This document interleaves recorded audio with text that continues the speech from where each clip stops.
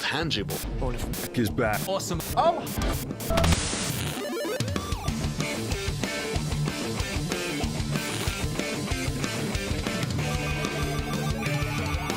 Safe and sound.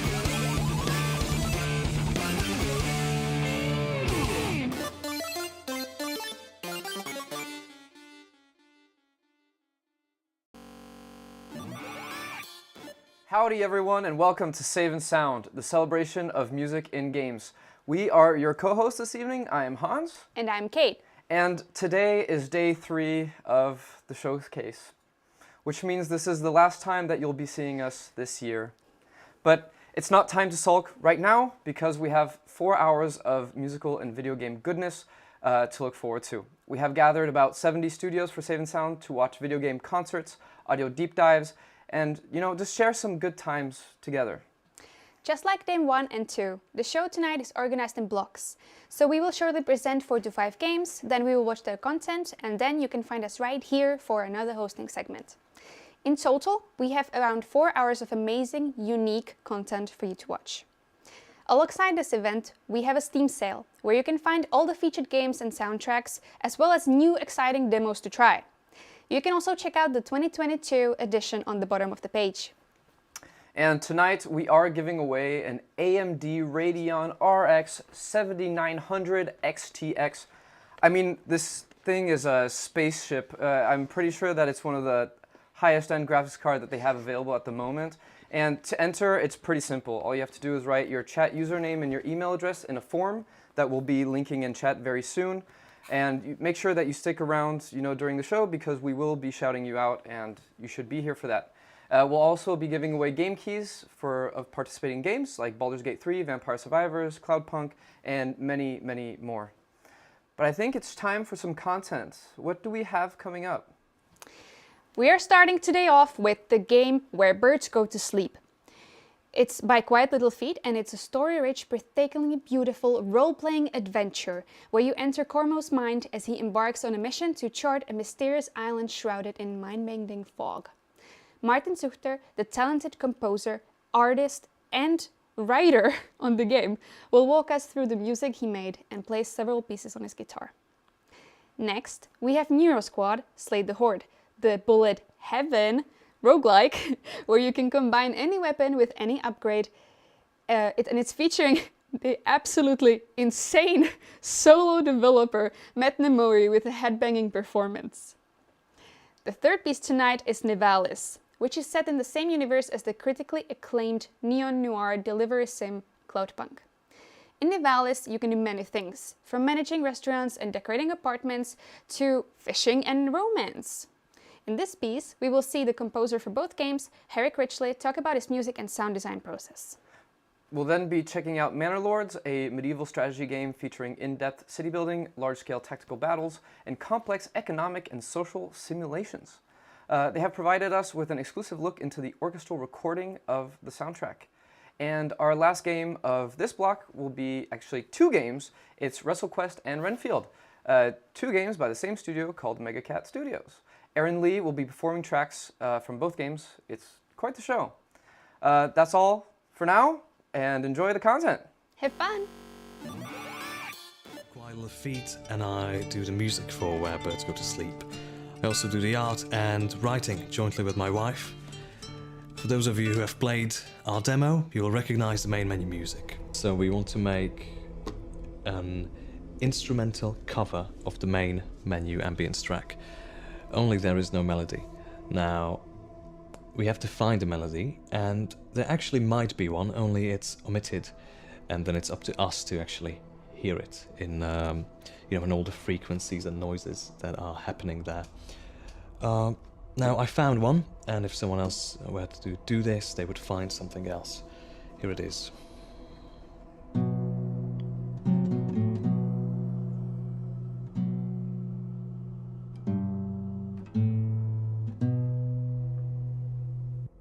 Right, that's what it sounds like on guitar, and of course we can play it in so many versions and octaves or levels at which we can play it.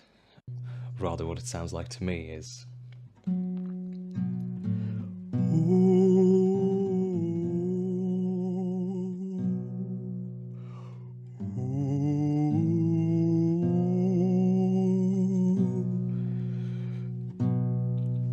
It's just me, or is it that?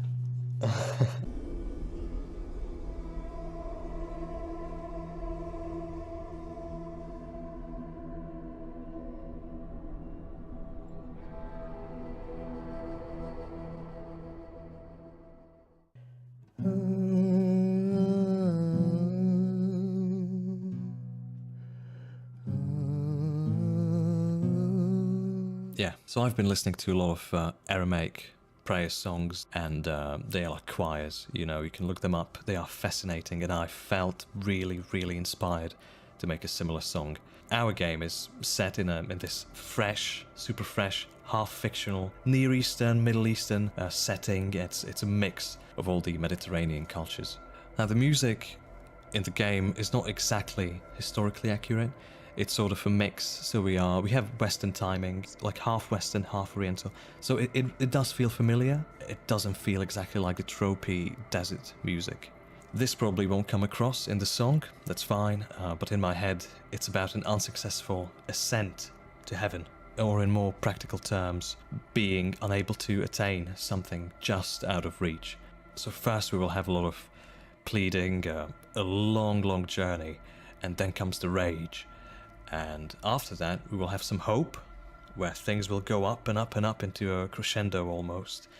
And after that, there's the fall and a little skittering of failure.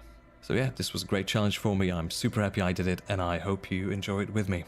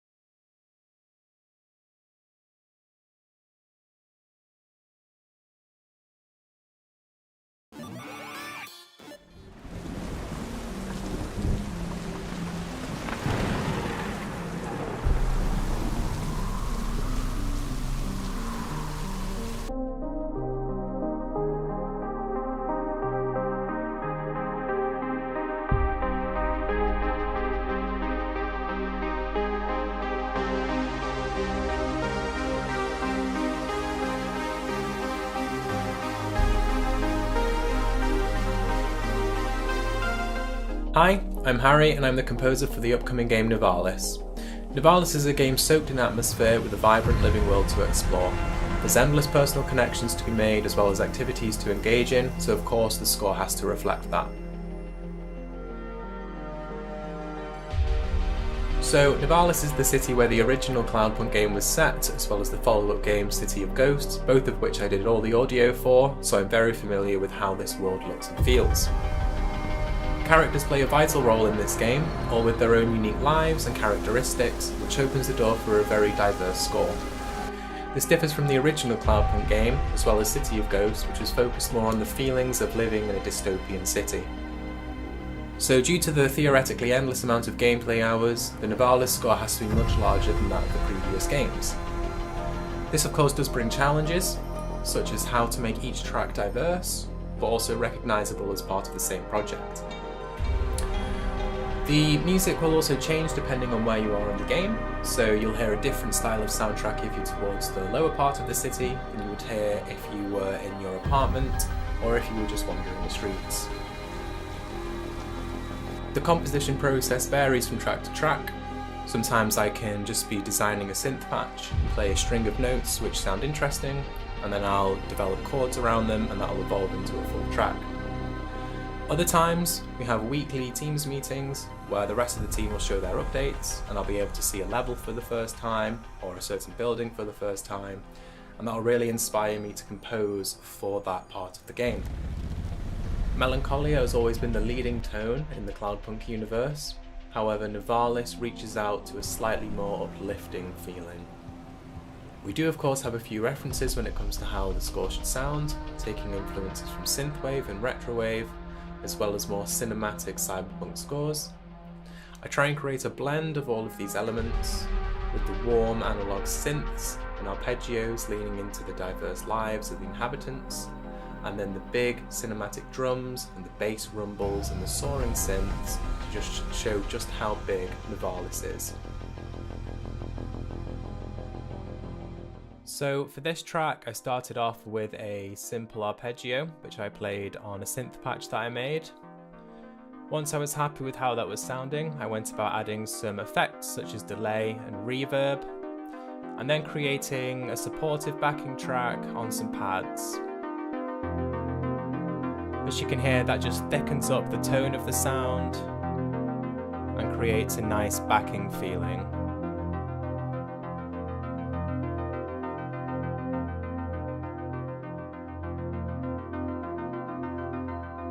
The next thing that I did was write some supportive melodies on the Eastern instruments such as the Yangqin and the Erhu. I then manipulated some of this audio by reversing and pitching it to give it more texture.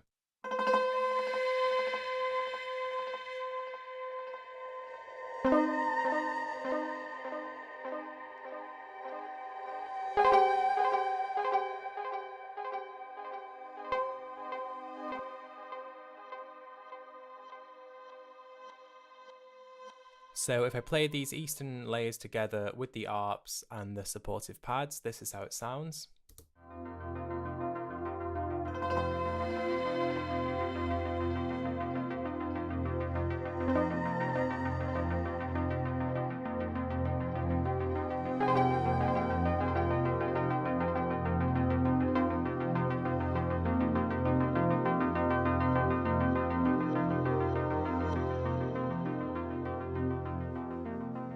The next thing that I did was go about writing a percussive line, and this consists of big, deep cinematic drums, as well as shakers and cymbals, the latter of which have reverb as well as some delay, and this just helps with an overall sense of space.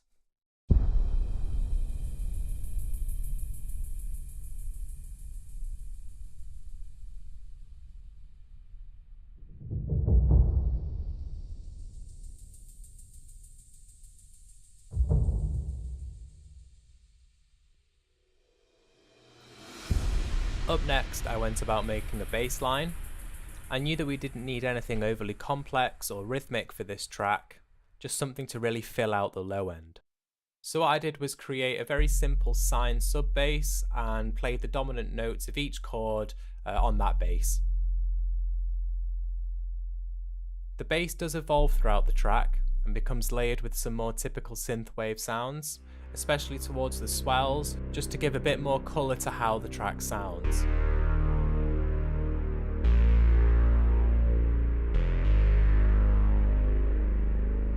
Once I had all of these layers fitting together nicely, I went about writing a lead. Because the nature of this track is ambient, I didn't necessarily want any prominent lead synth piercing through, so what I did was play the melody on 5 or 6 different synths and bring them in one after another, and soak them all in reverb. I also added overdrive and distortion on the high ends of the synths, just to colour them and help them push through without being intrusive.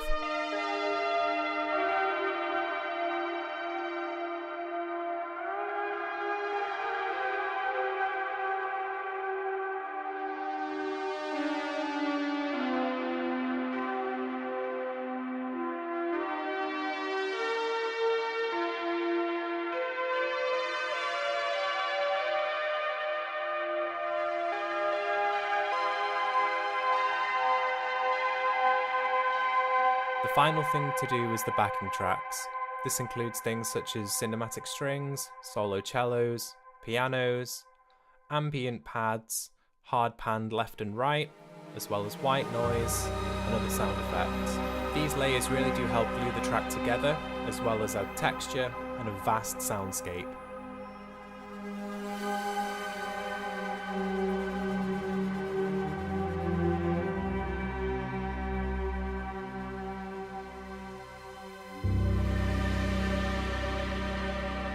The makeup of each composition usually consists of a mix of digital synths such as Astra, Serum, Spire and Massive, and I'll then mix in some external synths such as the Minilog and the Mini Nova, both of which are very versatile and allow you to create a wide variety of different sounds.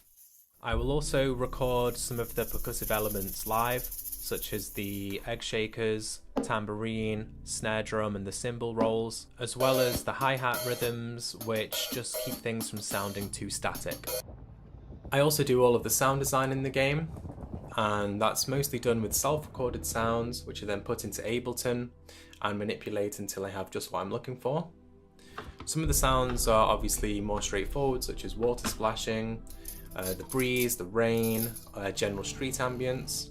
So what I would do is take my microphone out with me if I was going into the city or to the town centres, and just allow myself a few minutes to take in the sounds with the microphone there.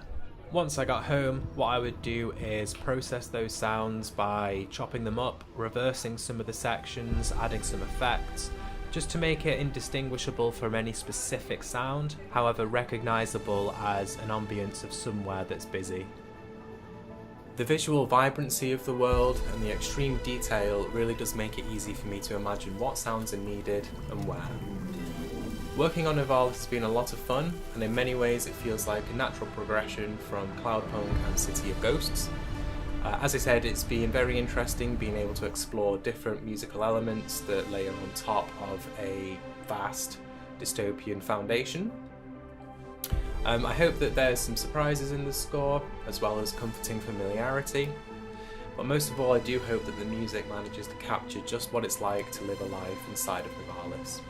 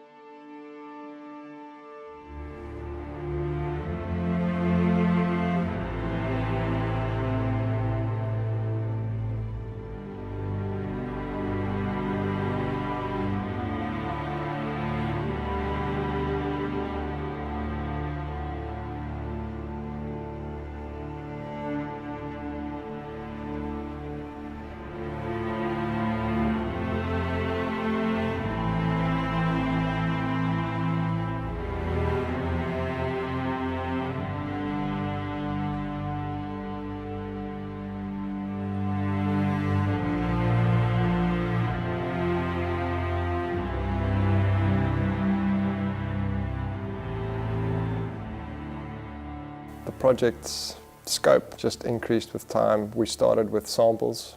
It was a small budget scope in the beginning, and through a lot of kind of online presence and hype and excitement around the game, you know, the scope increased, and we landed up here at Air Studios, which is an absolute dream come true for any composer.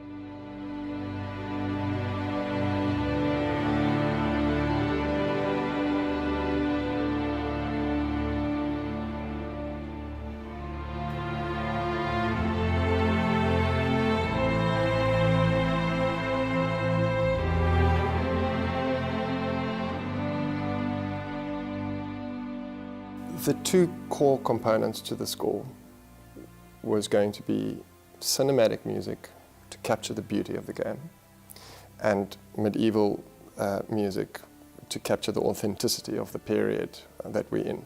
I'd say that the biggest challenge for us was coming from the film side of things, and it's something that Greg keeps pointing out with us, is it sounds like an event's happening. It sounds like something's happening. So with gaming, it's quite interesting in that most of the music is background music, but you want it to sort of set the scene. You want to feel like you're in the world, but you don't want to be having moments where, you know, the dynamics are too big.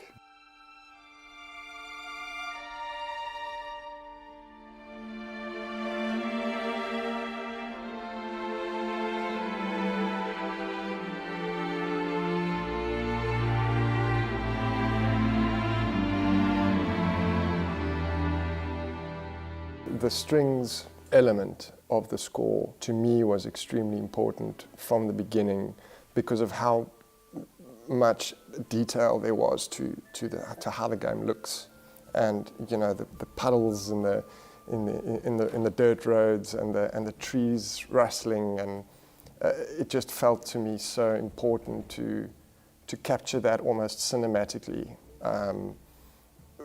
offset by this strong, authentic medieval stuff.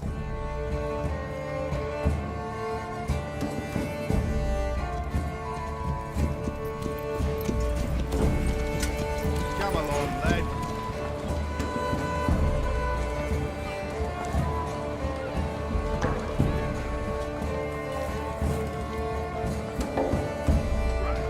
You spat it in my face, tried to carve me a new nipple.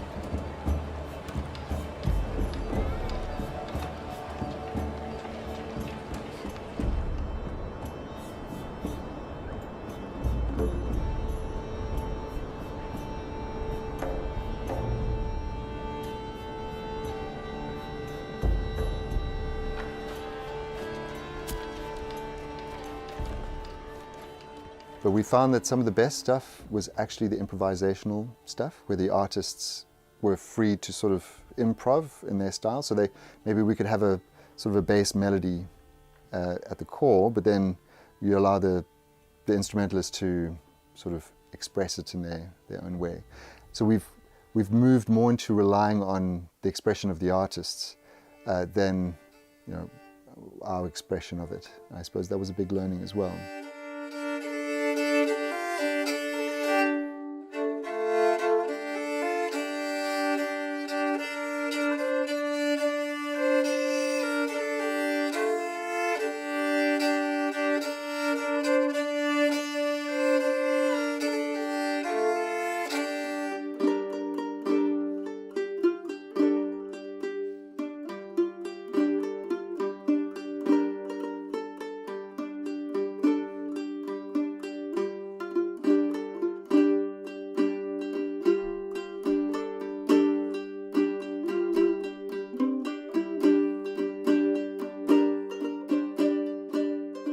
sacred choir music, which is the music that you'd hear in medieval world, it's church music, is all inspired by scripture.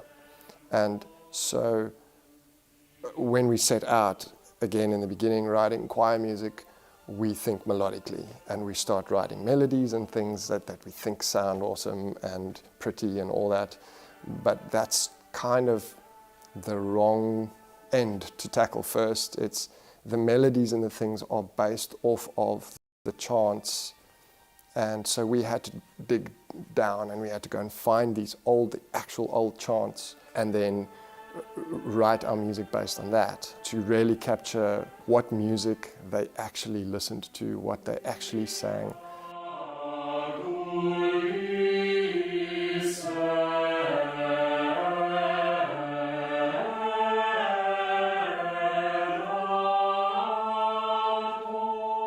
There's just a magic to it that you just can't recreate, you know, in a modern sense. It's got its own flow to it. It's got its own pulse and its own heart. So we did use quite a lot of chants, existing chants, and we felt that these absolutely worked the best and brought us right to the center of the period.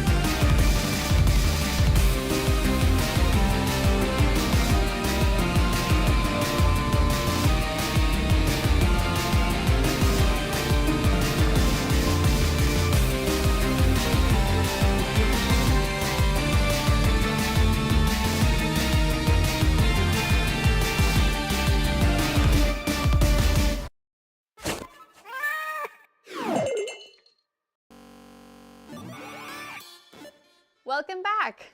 Where Birds Go to Sleep has a demo, NeuroSquad, Slay the Horde has also a demo, Nivalis is available for wishlisting, and Cloudbank is 65% off. Manor Lords is coming soon, and WrestleQuest and Renfield are also available for wishlisting. We have Anglerfish coming up next, a game that only saves when you die. And when you die, something changes. Asta will be walking us through the soundtrack's composition. Then it will be time for Wanderer, probably one of the best VR games that you can get your hands on at the moment. It's a unique blend of escape room style puzzles, tactile hands-on interactions, and action arcade sequences to bring you the ultimate time travel experiences. James and Cassidy will be performing a song from the game. Our third segment will be Cassette Beasts, a game where you collect and combine awesome monsters to use them during turn-based battles in an open-world RPG. Joel will be talking about some tunes, and we'll even get a performance by Shelby Harvey. Next, we have Beat Hazard 3, a twin-stick rhythm shooter where you can experience your music collection like never before. In this game, you can use any track you like and it will react to its beat. How that works will be explained to us by Steve Hunt. Lastly, we've got The Plague Doctor of Wippra, which is a point-and-click exploration game where you try to heal as many plague victims as possible. In this piece, we will get to witness a live string trio recording in St. Joseph's Church in the Netherlands. Enjoy the show! Yeehaw! And I did the music for Anglerfish. So Anglerfish only saves when you die, and every time you die, something changes. Every change is based on where and how you died. And this game is all about surprising you. I'm so bad at playing computer games. I die all the time. But I like to watch when other people play, and I like to make music for them. We worked a lot on how we could create small and unique experiences with the music. For example, there's a sequence where if the player walks or stands still, then the game will switch between two different versions of Hall of the Mountain King.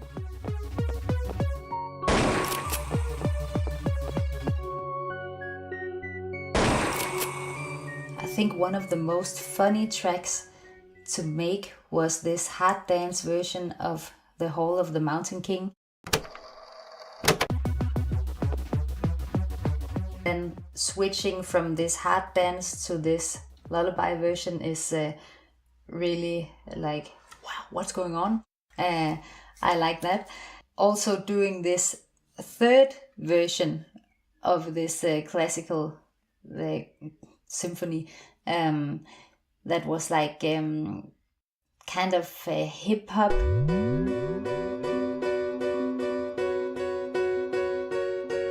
I found out that these I could make these these harpsichord chords.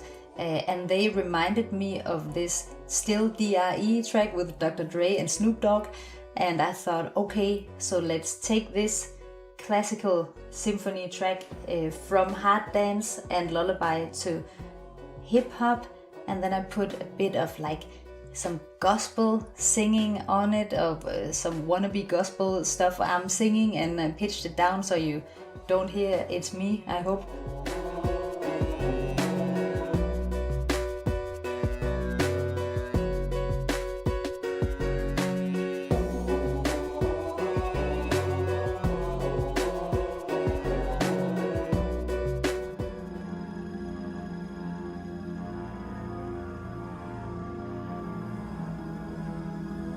In big parts of the game you can choose the background music by using the jukebox in the bar. In this jukebox there are 3 different horror songs that are inspired by 3 famous horror game series. And depending on which song is playing, a few things will be different. If the player uses a jukebox a lot, a secret song will appear that is the opposite of creepy.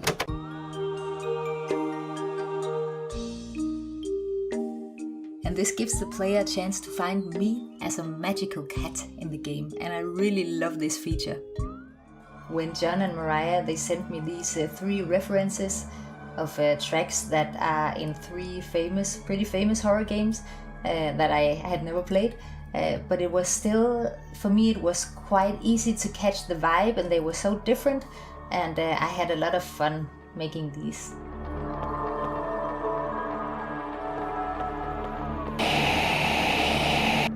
In the process of making the music for this game, I was given a lot of freedom to explore and do all kinds of crazy things. Hey, stranger.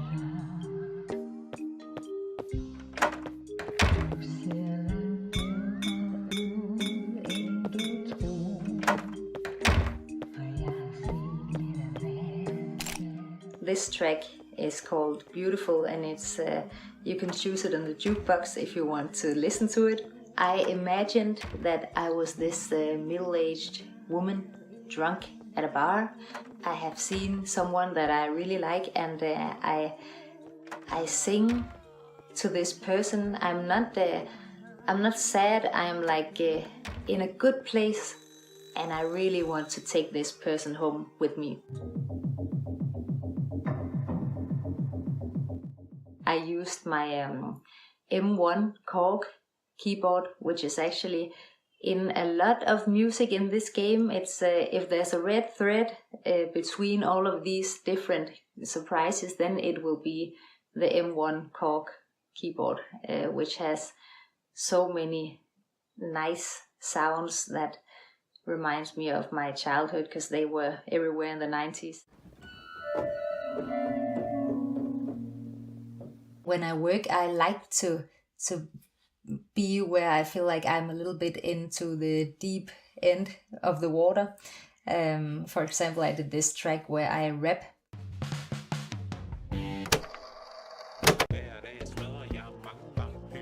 I listened a lot to hip hop when I was growing up, but I was never really that hip, so I never did anything like that.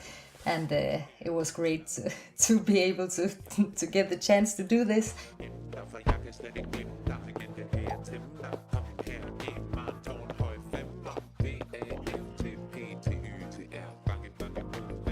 I pitched my voice down though, so you can't hear it's me, and don't tell anyone, because it's crazy.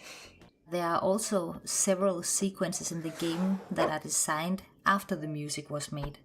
This is a sequence designed after my song The Tower, or Tårnet as it's called in Danish.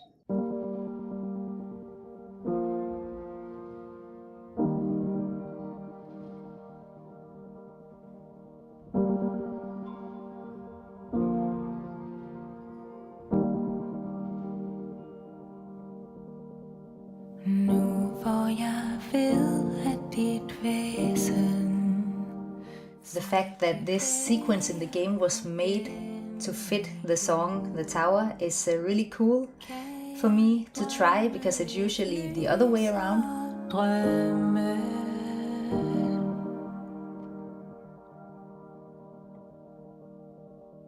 You walk through these flowers that have been closed the whole game through, and then when the song comes on they spring out, while there are these two skeletons dancing with each other, and you get to hug your son. So it's a nice part, I think.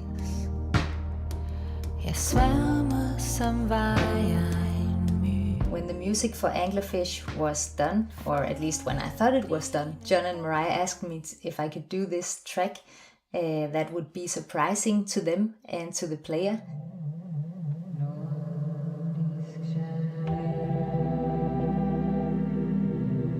I was reading this book about shamanism at the time, and it was really inspiring to me, and I thought maybe I could make this kind of a dark spiritual thing for the game, and so I jammed this mostly, this track.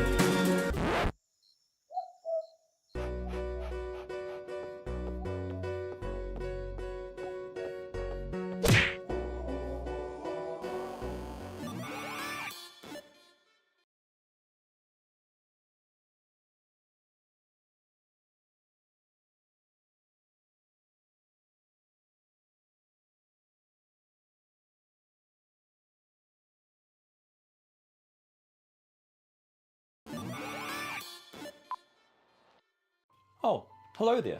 I'm James Dean, sound designer and composer on Wanderer. Wanderer is a time travel VR adventure set in a post-apocalyptic Boston. The player takes on the role of Asher Newman and is tasked with traveling back through time to change specific events in order to bring about a more favorable future. On their adventure, the player finds themselves at all kinds of exotic locations, including the lunar landing in 1969, at a V2 rocket research facility in World War II, at Tesla's famous Wardenclyffe Tower, even at a Mayan temple under siege. But my personal favourite? A music festival at Bethel, New York in 1969. During this event, Asher embodies Harriet, drummer for the up-and-coming band Toads to Nowhere. Here, the player must help Harriet reunite the band, and in the process, solve the mystery of their missing singer, Jimmy, incapacitate an overzealous roadie, and even get Harriet's aura sorted out in a hazy tent backstage. The final task, after all the band's elements have been treated, is for them to play their single, Hand of Fate, in front of a crowd as far as the eye can see. An event that sends ripples through time and will change the future. The player must make sure that Harriet drums her heart out, and the performance goes down in history. And now, with a little help from my friends, here is our rendition of Hand of Fate.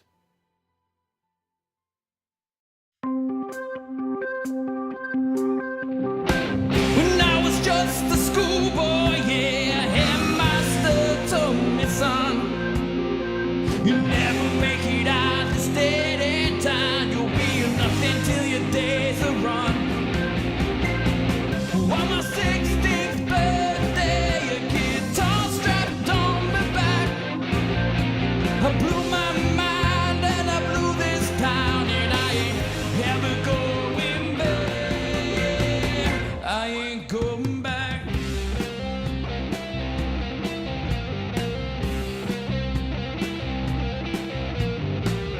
Born under a bad sign, I made my mama cry. She never did get out of that bed, not till the day she died. Daddy said it's a hand of fate, been like that his whole life. You say you play the hand you're given, and the house it always wins. So I'm running, got the Wippra on my back. No one ever gonna get a hold of me, blaze a fire across the black. I'm out running, Daddy's words came a little too late. The day I slowed down's the day that I die. Gonna wrestle down the hand of fate and punch a hole in the sky.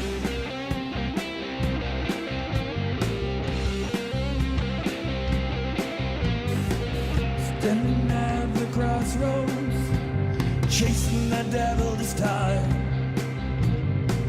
Ain't seen his face, don't know his name. Always lost to the scene of the crime. They say you play the hand you're given, in the house it always wins. So I'm running, got the Wippra on the back. No one ever gonna get a hold of me, blaze a fire across the black. I'm out running, Daddy's words came a little too late. The day I slowed down's the day that I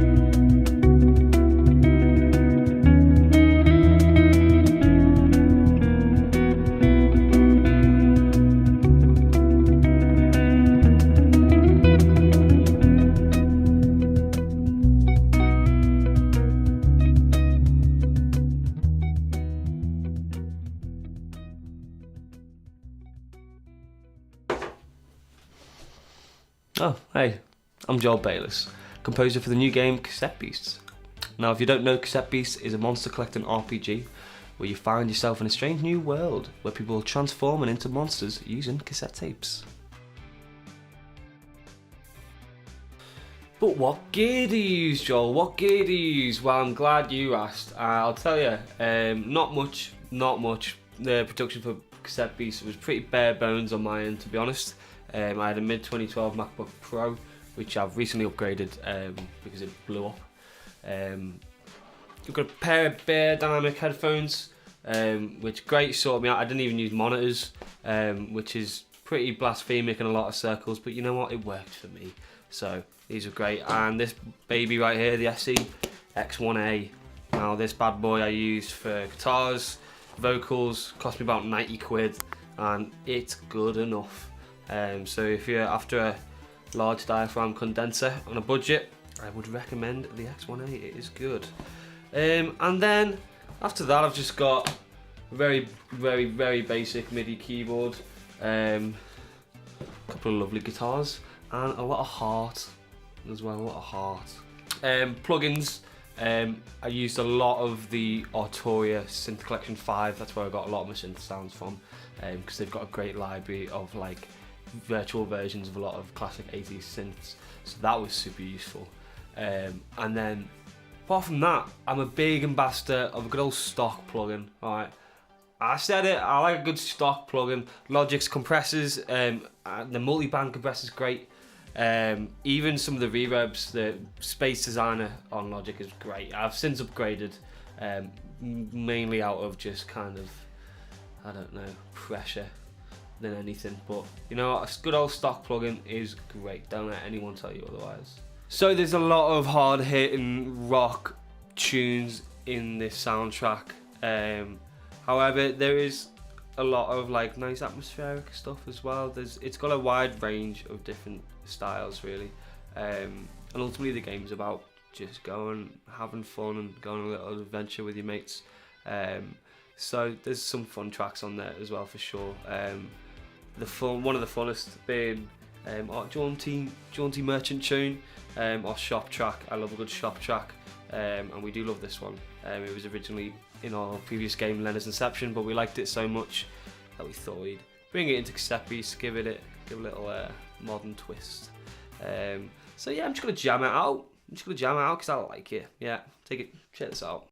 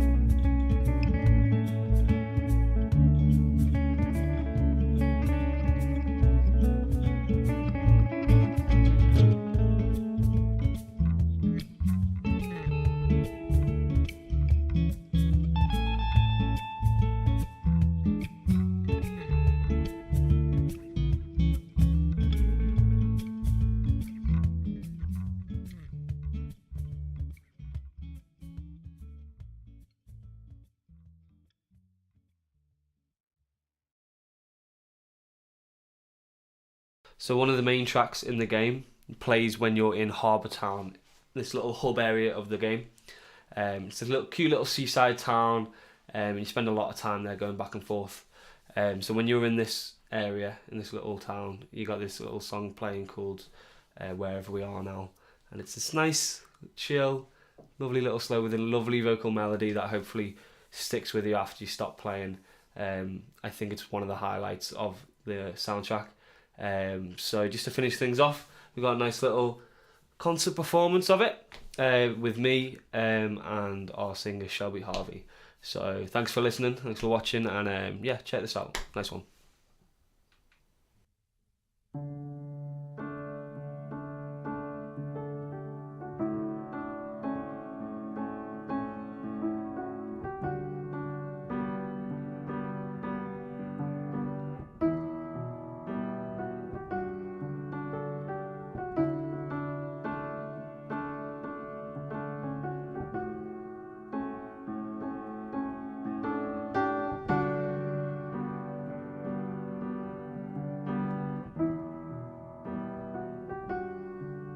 Do you feel it?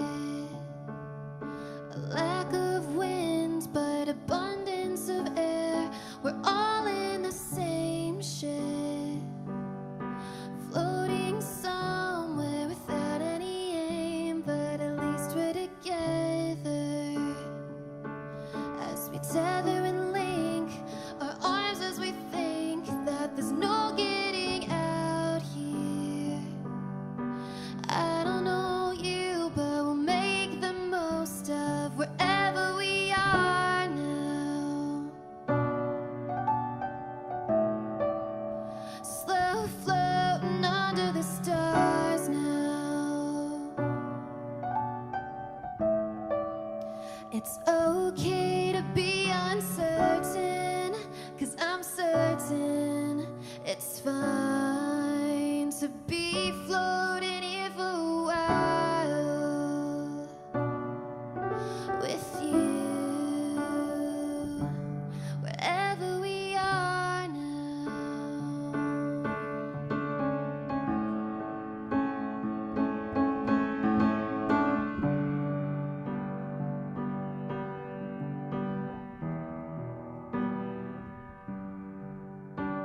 We're not dead, suspended in a place of hush, not upset, just puzzled by the sense of amusement.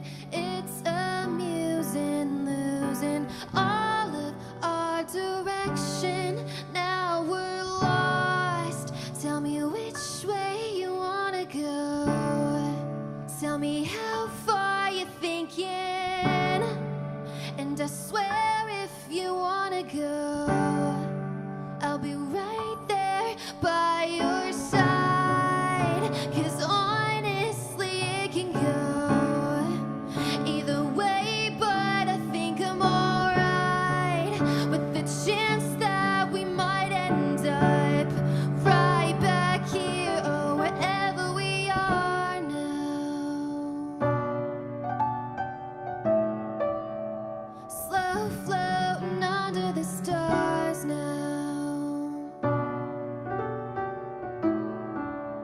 It's okay to be uncertain, 'cause I'm certain it's fine to be floating here for a while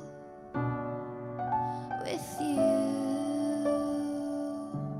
wherever we are now.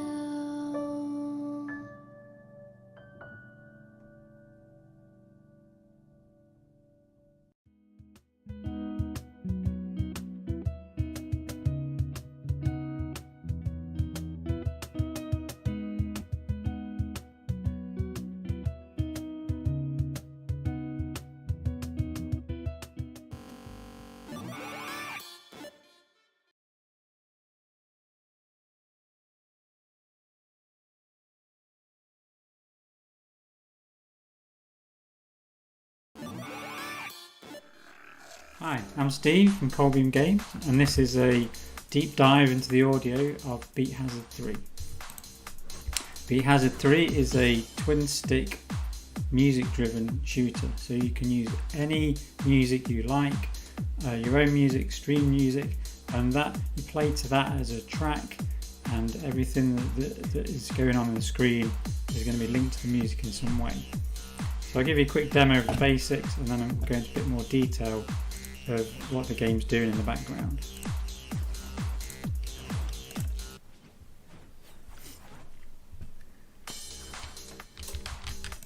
So one of the things to notice straight away is the music powering the weapons of the spaceship. So you can see the fire coming from the ship is linked to the music, intensity of different frequencies. If I power the spaceship right up, then it gets more and more intense. But it's not just the firepower of the ship, all the enemies, the way they move, the number of spaceships, and the rate that they fire is all linked to the music in some way. Some of it's very direct in that they pulse with the music. Other things are done more on the energy of the music over time. So for example, the energy might charge the ship's weapons up, and once the energy reaches a certain threshold, the ship will then fire. So some of it's not necessarily as apparent that's going on, but nonetheless it's still there happening in the background. Even the ships themselves, the ship there that I've just blown up and my own ship are procedurally generated from the music that I'm playing. So you see now once the music kicks off, everything goes pretty crazy. There's a snake boss. I'll just kill this. Now we can get into some more details about how the game works. I'll just quit out. So the game, it doesn't, like a lot of music-driven games, it doesn't need to know in advance what is coming. It doesn't need to read the music, it doesn't need to sort of know where the beats are. It reacts in real time in the same way, I guess, sort of nightclub lights or disco lights do. The massive advantage of that is I can use not only MP3s on your hard drive, but it could also deal with stream music, say from Spotify or a radio station. And also because it's not, it can go on anything. If the music is very sort of quiet, or even if it's an audio book, the game will still function, which is a really nice thing these days, particularly with a lot of people using things like streaming services like Spotify. Even this spaceship here is procedurally generated by the music, so there's a number of parts that are in the game, and as the music plays it sort of builds a ship. So every time you finish a track, you'll get a ship that's unique to that track, and if anyone else plays the same track, they'll get the same ship. So once you find a good one, you can share amongst your friends what you found, and other people can unlock that ship. If I switch this on, so this is the gubbins behind the scenes that the game is using. The top line is the PCM data, which is basically the sound wave that's coming through the system. So you can see it changing over time. That's used in some parts of the gameplay, but more importantly, the bit underneath is the frequency analysis of that waveform. And it uses a thing called a fast Fourier transform, which is a clever piece of maths, which basically takes that top wave, breaks it down into its constituent parts. So on the far left, you've got the low frequencies, and the higher the bar, the stronger that low frequency. In the middle, you've got the mid-range, and then on the far right is the high frequency noises. And you can probably see as the music's playing and parts of it are glowing, that signifies where there's a frequency that's really strong. And what the game does, it picks up on these frequencies and uses it to drive the gameplay. And in some parts it will build up over time, so there's a certain frequency, it will keep adding up, and when it gets to a certain threshold it will trigger an event. So that's how different frequencies over time can affect the gameplay as well. Another way that's brand new to Beat Hazard 3, in which the game uses music, is it enables you to create a whole galaxy from your music, or a collection of 5 million Spotify tracks that's embedded in the game. So what I've done is that those 5 million tracks are in the game with the metadata, and when it scans your files it will grab the metadata. And I'll quickly show you how fast you can grow a galaxy. So if I add some popular genres, what it will do is add all those albums and artists to a big galaxy. So this has got 2,000 artists and 160,000 tracks. It would take you 430 days if you were to play all this. So let me zoom into one for an example. So that's an artist, and each one of these So that's the star cluster is the artist. Each star in this system is an album. So if you fly into here, you can then see the star, and each planet is a track. And what you do in the game, you build a mothership and you travel the galaxy, and if you want to capture a track planet, then you play the game to that piece of music. So the way that's structured is, what I do is I take the metadata from a track and I create what's called an MD5 hash. Basically a big string of numbers which is essentially random but unique to that data. And what's really nice about that is you'll always get the same hash from the same input. So if two people create the same galaxy, everything will be in the same place. It's random but predictable. And then what I do is essentially place these in a sort of shape like a galaxy that's big in the middle and goes out to the edges and flattens out. And then I can do this pinch. And what I do is apply a sine wave to the galaxy based on the number of arms, and then I add a twist depending on how far out the track is. So you can, once you've got that distribution, a sort of circular distribution, I can then squeeze and twist it to turn it into a galaxy, and then can apply colours. So that all that form there is coming from the metadata from the music, and that's used a lot throughout the game. For example, each time you complete a track, the game generates a unique spaceship for that track, and that is based on the hash of hash from the data from that track. So you can see how I'm using music to create a galaxy, which is essentially a one-to-one mapping of artist, album, artist, album, track to star, cluster, planetary system, planet. So thank you for joining me on this audio deep dive of Beat Hazard 3. I hope you enjoyed it. I hope there's a few things in there that were interesting and makes you want to go and play the game. Thanks for watching.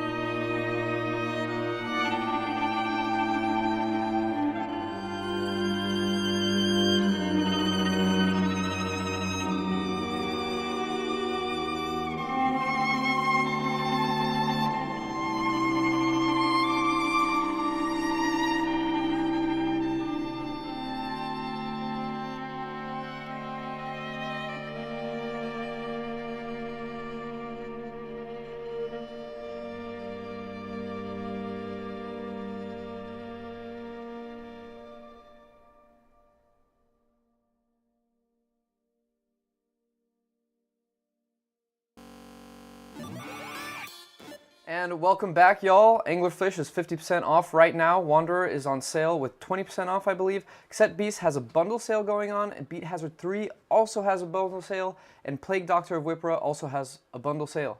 So many sales. I mean, maybe it's time that you sit down and have a serious conversation with your wallet's people. But let's keep the show moving. What kind of content do we have moving up, Kate? First up is Flavor Favor, a colorful visual novel adventure about being an android, eating snacks, and fighting for liberation. Jafar the Superstar and Asma will talk to us about the music in the game. Flavor Favor also has a newsletter promotion running, where the first 100 subscribers will get the game for free when it comes out. The link will be posted in chat, so you should check it out. Next, we have Spells and Secrets, which is a charming roguelike co-op adventure, where you free the wizard school from magical beasts by using spells. Christoph Jordan will shed some light on his music composition, and then we'll experience a whimsical orchestral performance. The third piece of this block is Shoulders of Giants, an action roguelike where you play as a sword-wielding robot and at the same time as a gunslinging space frog. You can also choose to play with a friend and online in a 4-person team. In this piece, the talented Floex, aka Tomáš Dvořák, will dive deep into the audio of the game. Then we will be checking out Exo Rally Championship, the galaxy's most dangerous off-road racing event. Rhys Lindsay, the composer of Exo 1 and Exo Rally Championship, he will be talking us through the game's soundtrack. And the last game for this block is The Vale, Shadow of the Crown. It's an audio-based action-adventure. I mean, no joke, there are no graphics in the game. That sets out to breathe new life into medieval combat and fantasy narrative. By the way, we are also giving away an AMD RX 7900 XTX. Look at that thing. Look at the size of that box. I mean, okay, so there's going to be a link to a Google form in chat. All you have to do is put in your chat username and your email, and then, you know, we'll select some winners in 1 or 2 blocks. On to the content. See you later.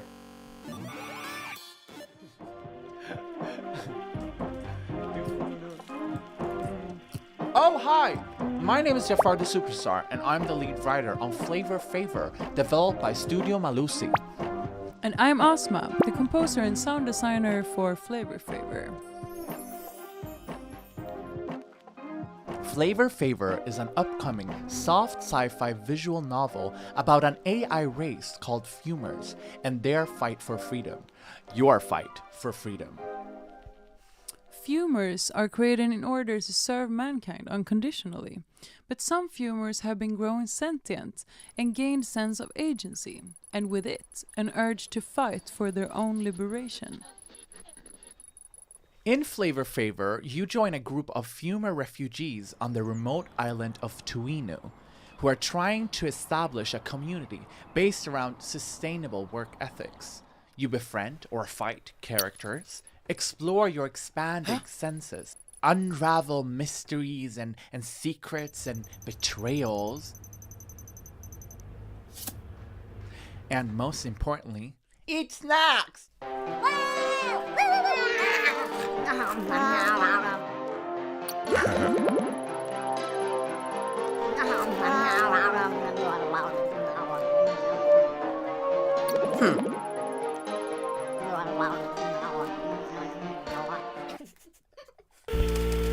The game investigates the politics of labor, artificial intelligence, and anthropocentrism. Who or even what is human? What is life, and how do we value it differently? The sonic world of Flavor Favor is particularly exciting to work on, as the game encompasses both casual elements, such as slice-of-life interactions, and cute aesthetics, while at the same time subversively tackling political topics. We have both the serenity and the lightheartedness of Tuino, which could sound like this.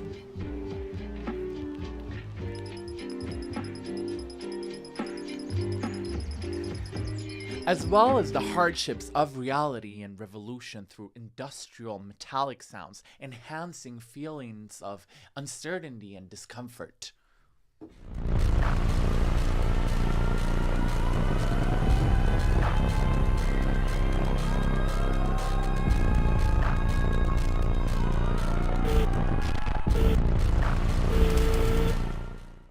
Every character that you meet in Flavor Favor is unique with their own interests, quirks, and identity.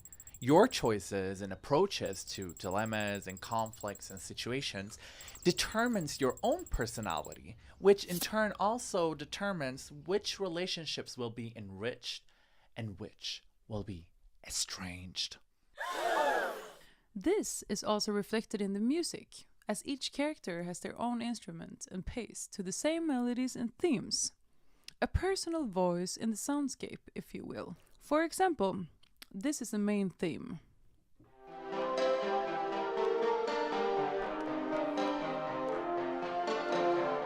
And this is the main theme in the eyes of the character Kai. Very quirky, a little awkward, Beach Boy.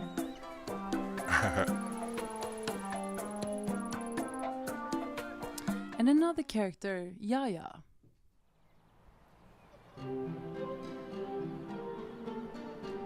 Very spiritual character who works in the garden and has faith in Gaia.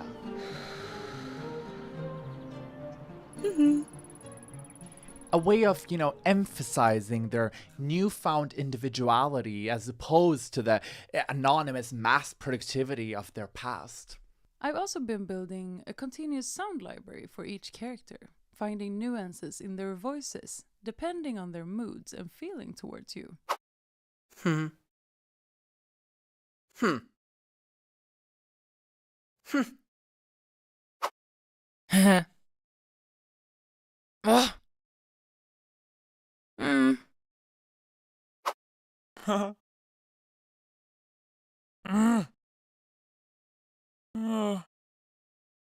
Alright, so that's about all the time that we have. Make sure to wishlist Flavor Favor on Steam or play the demo right now on itch.io. Bye! Oh, bye! Bye!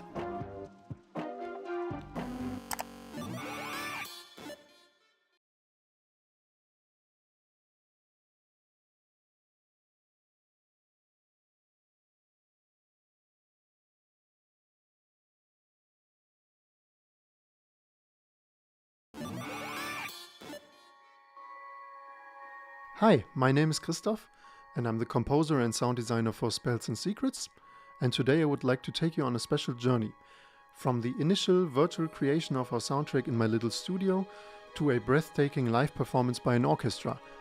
But first, let's take a quick look at the game. Spells and Secrets is a 3D action-adventure game with puzzle mechanics and procedural elements that offers a magical sandbox for you to explore. Using creative spell combinations, you free the Academy of Greifenstein from mythical creatures. Every spell works on every target, from the first enemy to the final boss, and even environmental objects. And if you're tired of venturing alone, ask a friend to join you and discover the world of Spells and Secrets in local co-op. As the composer and sound designer, I've spent about 3 years creating and implementing all sound effects and, of course, the soundtrack. The game features about 500 individual sound effects and 45 music pieces, resulting in about 2.5 hours of original music. Most of the soundtrack was composed on the computer, but I play a lot of different instruments, so I enjoyed playing certain parts myself and added my personal touch to some sections. But we even brought in other musicians into the studio for the more intricate solos. This brought a blend of both worlds to the final piece, so I made use of the limitless options digital tools offer and the beautiful natural dynamics of live instruments. And I just let my imagination go wild and created sounds that are kind of larger than life. Because pretty much everything was done with virtual instruments, I wrote parts that went beyond what's usually playable, maybe even ignoring the individual sweet spots of each instrument. For example, I enjoyed treating the harp as a piano, even though it can't play every note without adjustments. And I also used a lot more violins in the mix than you would typically see in a live concert. So it was quite a challenge to turn this epic digital piece into an actual playable score. I either had to trim down or switch instruments, or even modify entire sections. But it was worth it. To me, the most rewarding part of this journey is seeing my work brought to life by the talented musicians of the Sinfonie Orchester Ruhr. And it's an extra special experience for me, given they are not located far from my hometown of Oberhausen here in Germany, and feature some of the musicians that played in the recording as well. And now let me present to you the live performance of the main theme. Thanks for taking the time to listen and enjoy the music.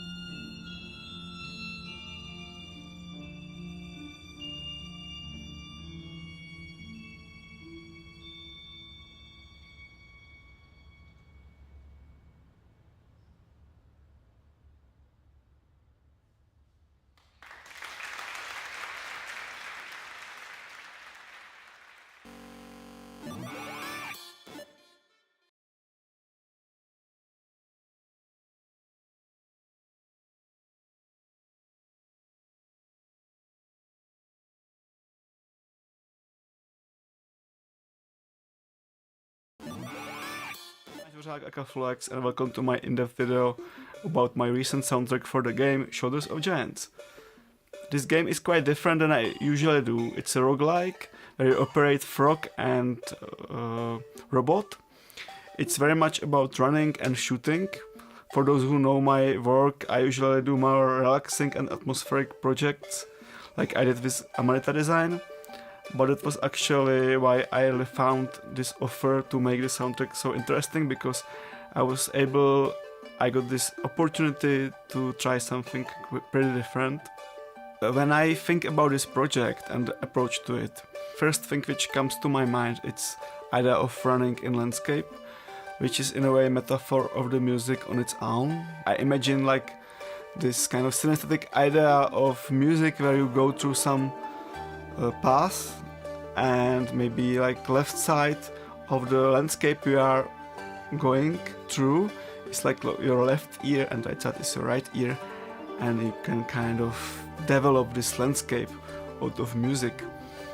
For me this was really like about this idea and rhythm of the music and atmosphere which reflects different environments in the game. Thinking what I could show to you, I'm sure there is many professionals or people who are involved in music making and soundtrack making, or people who are just into seeing the process of creation. And for me, when I think about music making, it's really interesting because music, especially electronic music or music which is produced in the studio, it consists of, I would say, hundreds or maybe thousands of decision makings, and even like making song on its own. It's like making some kind of house out of different bricks you put together and connect, and maybe like having and developing your own language. And when you have this language, you can like put different words together which create sentence, which is maybe one part of the musical composition. So what I'm trying to say, like really it's about many small things you kind of connect and combine. And I thought it might be really interesting to just take one of the compositions and really very shortly and briefly show how the sound or how different tracks in the compositions are developed. So that's what I'm going to do. I will show very briefly these small breaks, and maybe some of the things you see are interesting for you.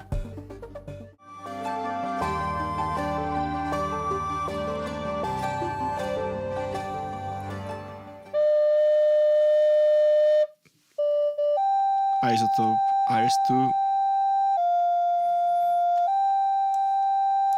Radius RT algorithm, very clean.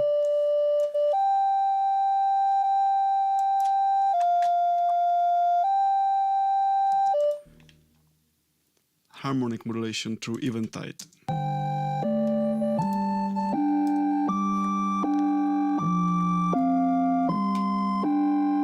One simple tone of flute.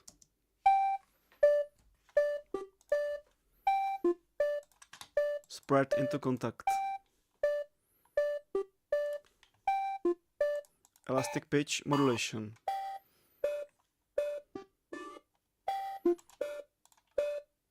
Kramer tape, color. Quadravox, delayed tones and creating new melody out of it. EQ, destroying some resonant frequencies. More general EQ.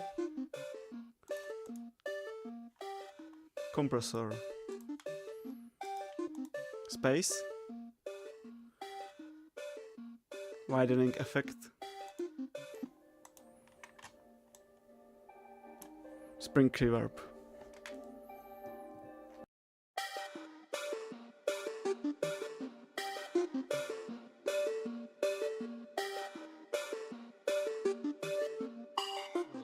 Ukulele.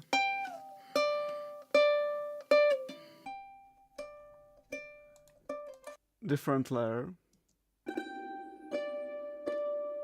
Mandolins. Quite radical EQing and high passing. Another experiment with smart EQ. Dynamic EQing nasty frequencies, which was really here quite a problem. Compression, delay, together. Whole packs.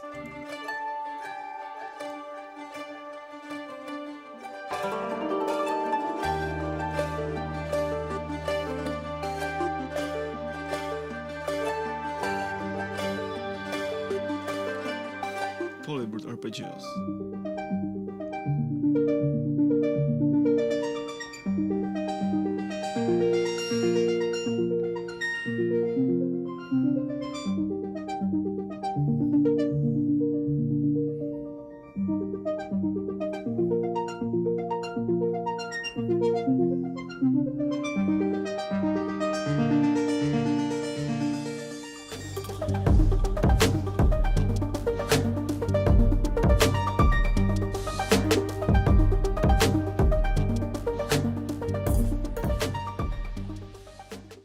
Complex arpeggio sound consists of 4 elements.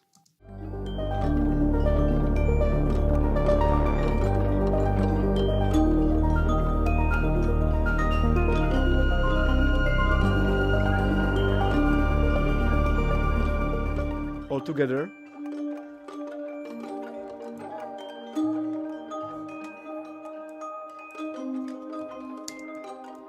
overtones A,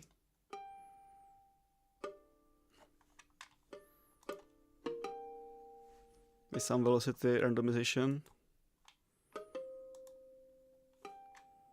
String comes from Dark Era sample bank. EQing, tube tech subtle compression, portal for granular effect.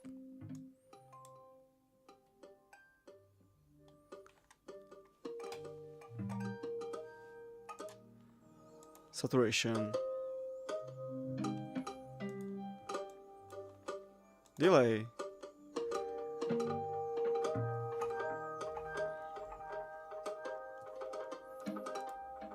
long reverb,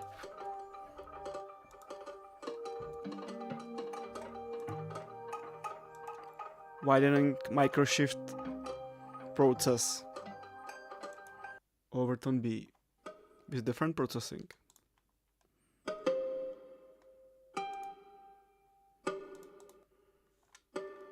Putting away some nasty transients.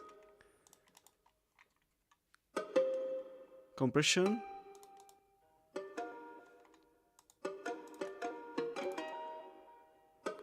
The tuning effect. Delay.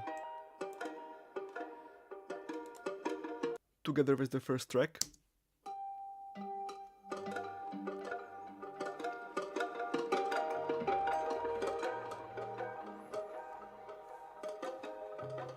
Celeste motif.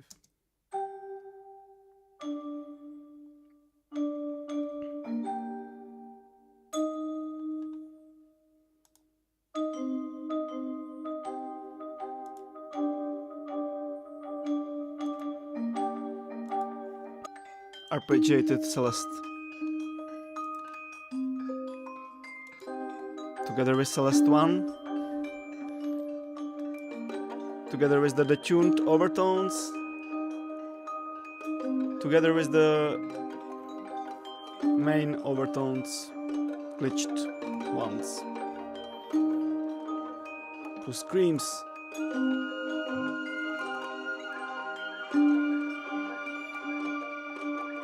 plus bass,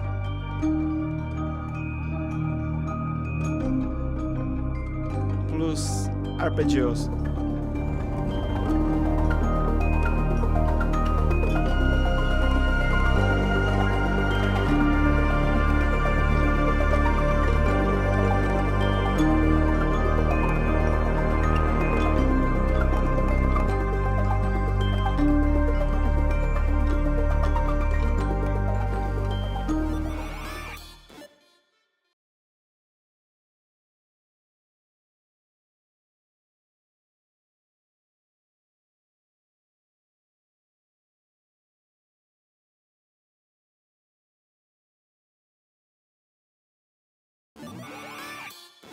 wrote the soundtrack for Exo 1, and I'm currently writing the soundtrack for a game called Exo Rally Championship.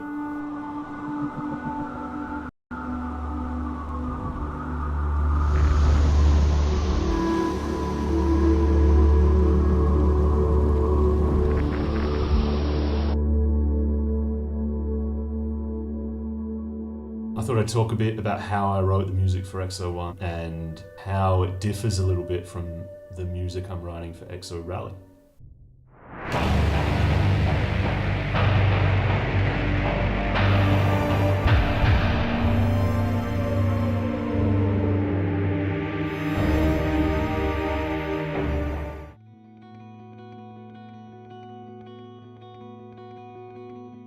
My friend Jay asked me to write music for Exo 1 in 2017. I'd written music for a couple of other smaller games before, but nothing on that sort of level. So I started by setting a few rules I wanted to stick with to help me keep it cohesive in the end. The main rules I gave myself were choose a theme and try to make the music reflect it, write everything from scratch, and use a motif or light motif, which I hadn't done before. Choosing a theme was easy enough. Exo 1's a solitary journey across unknown and empty planets, with the story suggesting the pilot is searching for something. So loneliness became my theme. I tried to get that feeling across by leaving a lot of space in the music, huge washes of reverb to colour it. Loneliness to me is also kind of sad, so I embraced the sadness when I wrote, which is, it's great because I'm terrible at writing happy stuff. I've never been able to do it. The best example to me of the lonely feeling I'm trying to get across is the song Reflect.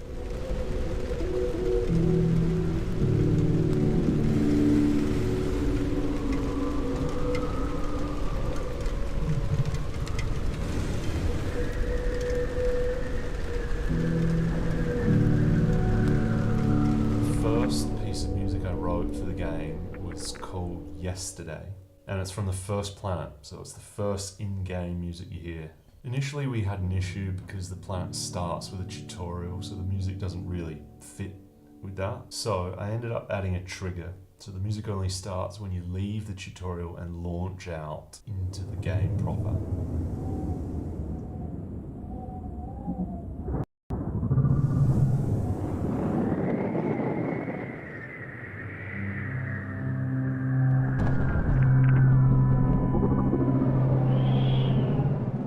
Jay really wanted to enhance the feeling of wonder you get when you launch up above the clouds too, so I recorded a second version of Yesterday called Yesterdays, which is a lot more airy and strips almost all the bass out of it. And then the game fades between the two versions based on your height. You can get some really cool transitions as you shoot up above the clouds.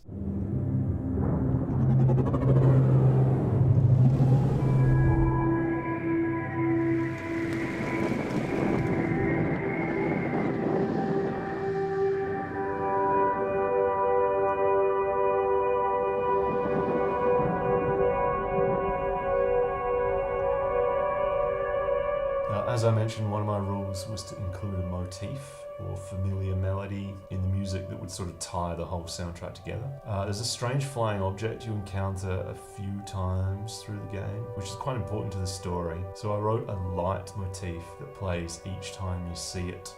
I called it Strange Flyer, and whenever you hear it winding up, you know there's one of these flying objects nearby.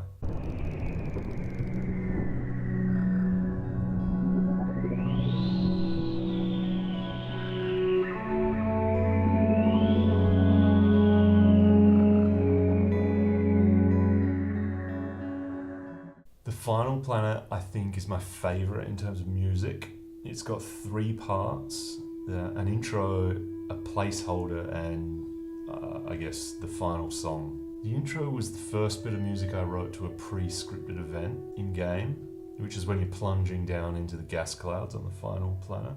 It's called Below the Clouds. I remember sitting there with a video of the game on loop playing my guitar for a few hours with nothing quite clicking. But coincidentally, my friend lent me an EBO the day before, so I picked that up, and within 10 minutes or so, I had some of what you can hear in the game.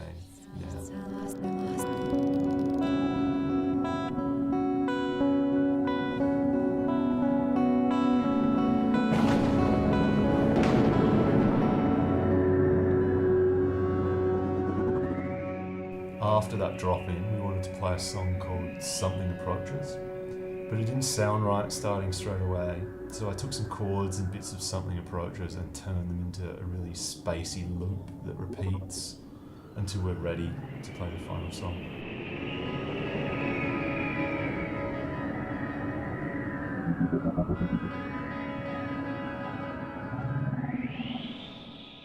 On the level itself, there are some glowing clouds you can fly through to power up your craft and shoot off in like a huge boost.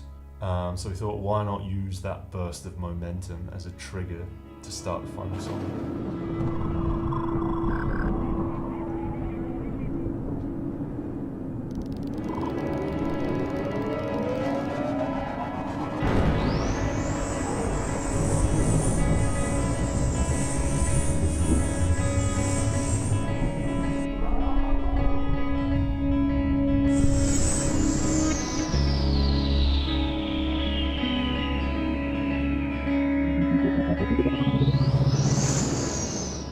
So yeah, those are some of my favourite parts.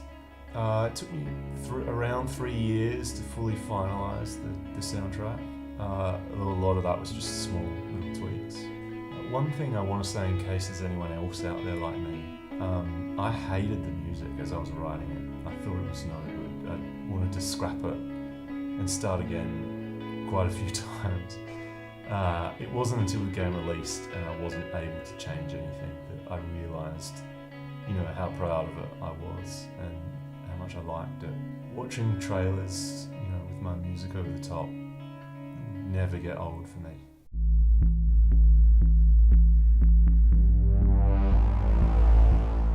Let's talk about the new game I'm working on. It's called Exo Rally Championship, which is a brutally realistic rally game set on other worlds.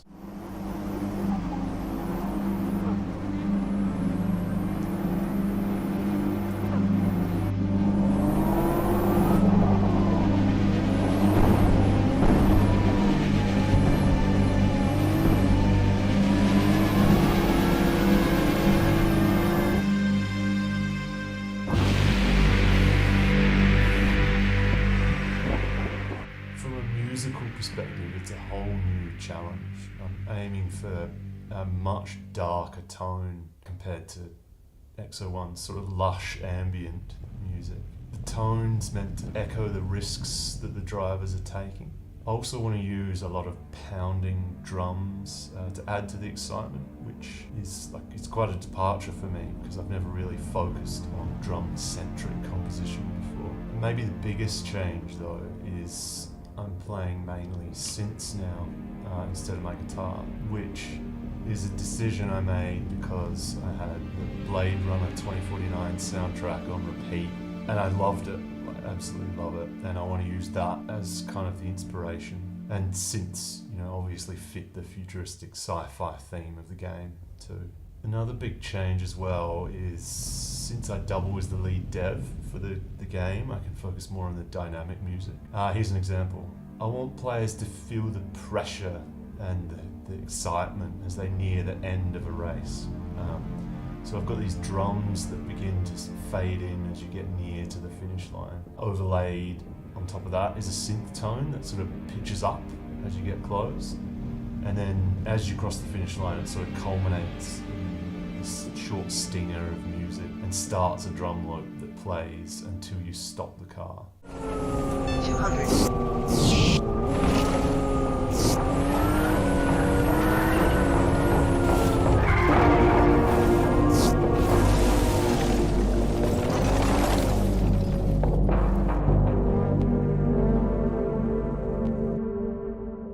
Eventually there'll be different versions of that based on how you finish the race. Did you beat the lead driver and win? Did you break some of your wheels off and are limping over the line?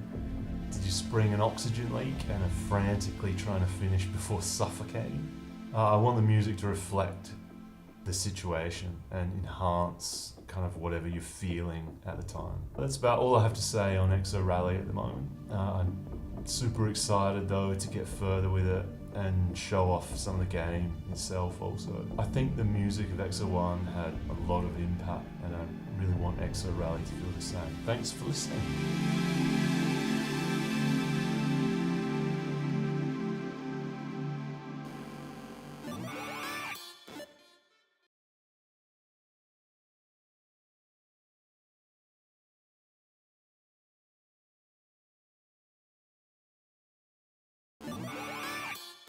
Creative director of the Vale Shadow of the Crown, and I'm here to talk to you about the sound design in the game, and in particular our use of binaural audio.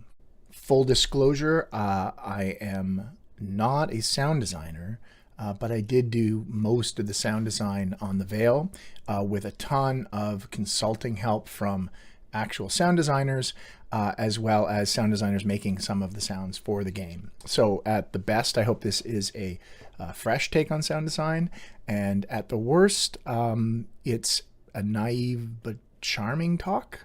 Also, it's important that you listen to this video with a set of stereo headphones because we'll be listening to binaural audio. So the Vale is an audio-based action RPG that has almost no visuals. Who's there? Uncle? Okay. And there's exploration where you are walking around in first person in a 3D soundscape, listening for certain cues within the environment. Rats in the cellar, hear them squeak. 3 dirty rats to get your sweet.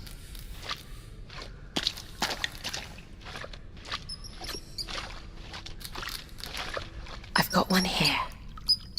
I keep perfectly still and swing in the direction of the rat. Gotcha. So, if you collected 3 rats, Cook would give you a sweet. The other rule was if you accidentally hit another child, you would have to give them one of your rats. And the game is made up of combat in which enemies will surround you and you have to direct your attacks in certain directions and you have to time your blocks and counters and that sort of thing. Ready your shield, Alex. They may throw their first axe as they charge.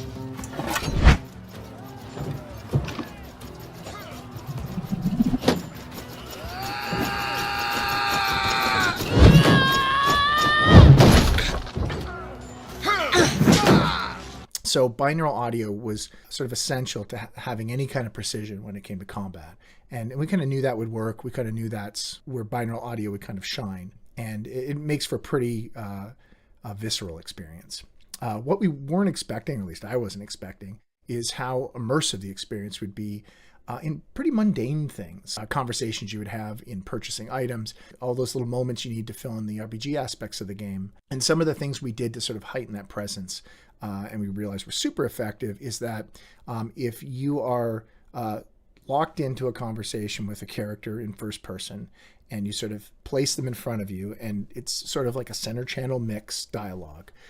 It's not nearly as dynamic and engaging as if you allow that speaker to sort of drift around a bit, move up toward you, move backwards. If they come up really close, you kind of get that ASMR effect, and it is super present. Ah! Here's a young woman who knows a thing or two about finer things. I know a merchant from the capital when I see one. I can give you an excellent price on the furs. We took that a step further in some scenes where there was no context for them to move around and explore anything, but the characters in the scene with them were in constant motion. Hello. Pleasure. Come, sit. I'll put something on. I can't promise you it will taste any good. I lost my sense of taste years ago, drinking something this old witch made for me. How long are you staying this time? As long as our guests need. Just the night. We'll be heading for the pass in the morning. You won't be heading for the pass before spring. The snows have set in. Hope you like turnips. It's all I got. You'd think she would have brought some food with her after being away for what, 2 years? You could always come with me, you know. Well, I have the library to maintain. You really want to start up this argument again? And then there was other scenes or other moments in the game where you were in an exploration mode, where you as a player were moving around and there were NPCs also moving around the space. Oh, that startled me. What is it? A corpse. It's been here a while. Nothing but bone and scraps of leather. There are more over here, in armor. Could this be a crypt? No. I believe they died here, in combat. How? There's your answer. A guardian. In pieces now. The warriors prevailed, then? Not if Alex can still hear the artifact they were after.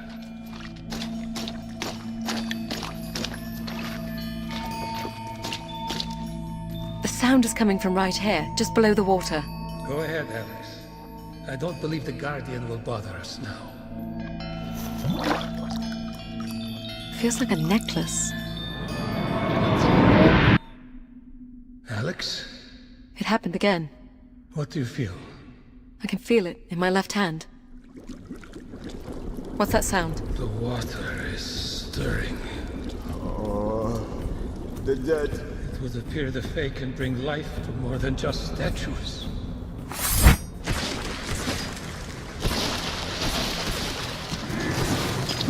So there were scenes where you'd be moving around in space and characters would be talking, and I had to be okay with the fact that if you move far enough away, that you may not be able to hear them as well, and you might lose some of the dialogue. But I kind of thought that was all right because that was a choice that the player made. So in summary, I think there's two things I want to talk about. One is I want to evangelize the idea of making an all-audio game. There's a tremendous amount of freedom that comes from developing a game without the weight of the visual experience. There's a lot of scenes in the Vale where if I could imagine it, it was very easy to do. So there's a scene where the main character and their guide are walking and talking, and it was very easy for me to stage this as if they're climbing down the side of a hill, and it creates sort of an energy of movement that would normally be incredibly hard to do in a video game. There'd be a lot of custom animations. The way down is steep, Alex. You'll need to take my hand. Okay.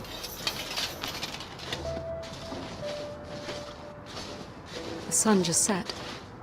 I felt its warmth leave. Why do you think sad? It'll be dark soon.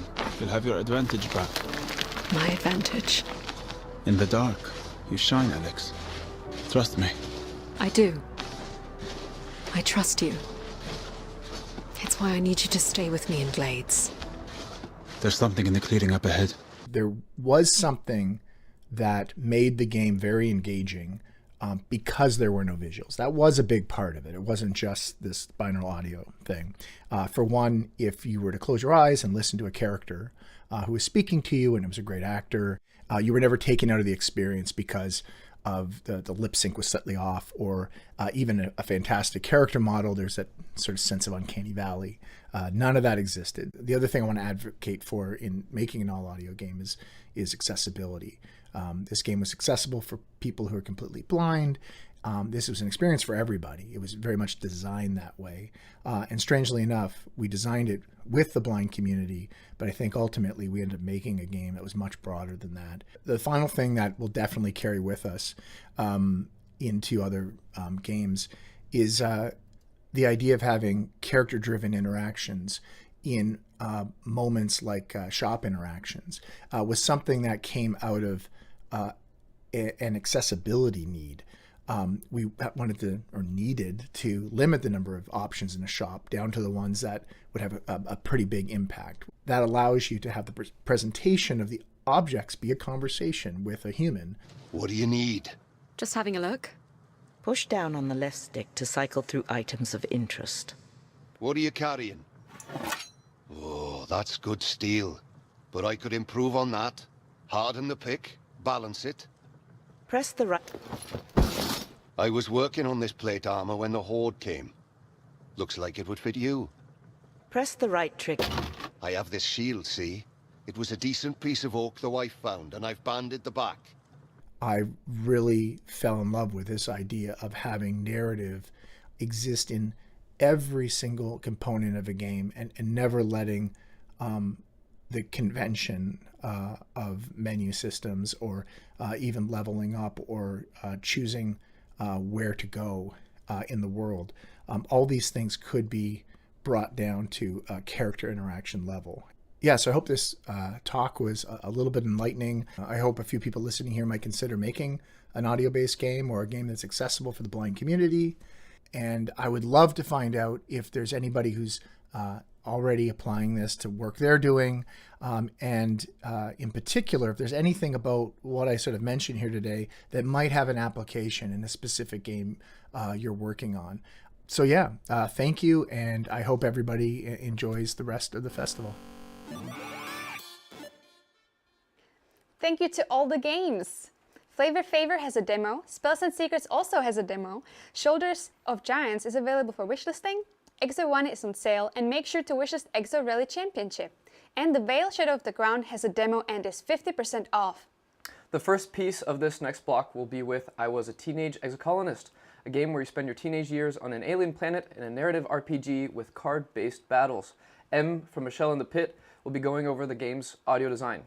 Then our second segment will be tuning in to On the Peril of Parrots, where you must put your skills to the test with 100+ challenging puzzles.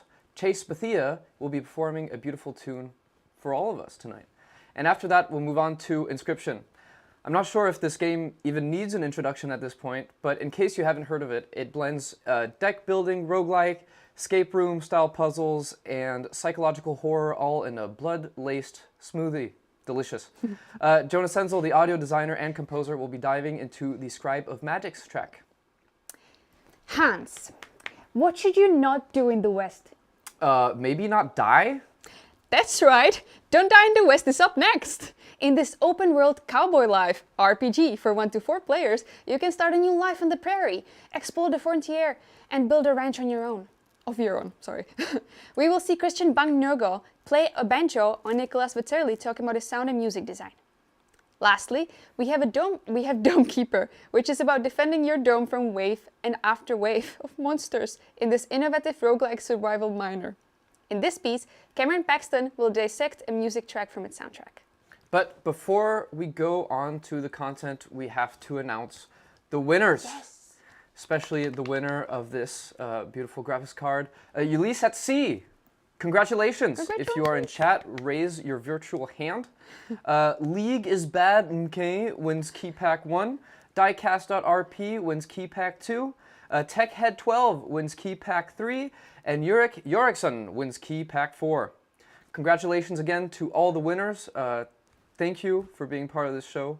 And on to the content. See you later.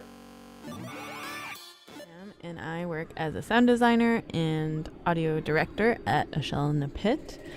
And I did most of the sound design for I Was a Teenage Exocolonist, with some help from Millie Wissar on the Foley. I'm going to talk to you a little bit about the sound design and break down how I did some of the ambiences. So, I Was a Teenage Exocolonist takes place on this planet called Vertumna, which you crash land on after escaping Earth with your colony.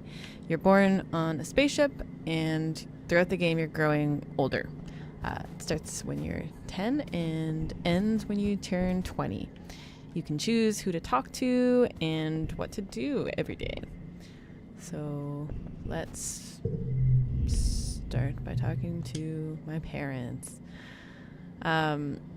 All of these interactions take place on a hollow palm, which we wanted to be soft and organic, but still have that sci-fi element to it. So I used a lot of low ends and softened everything with a lot of verb, and just really wanted it to be easy to listen to. You can hear how subtle that hover sound is because there's so much reading in this game. I didn't really want the sound to distract from that at all.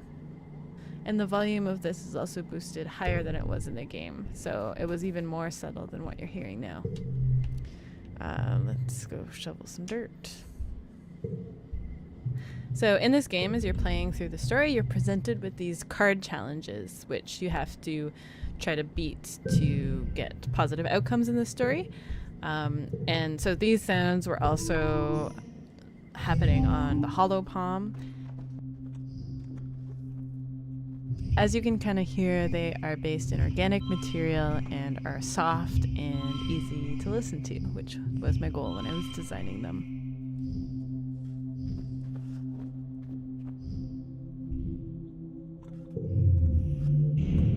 Okay, so now I'm going to talk about the ambiences, which I think are one of the most important aspects of the sound design for this game, because it's all about building out this world.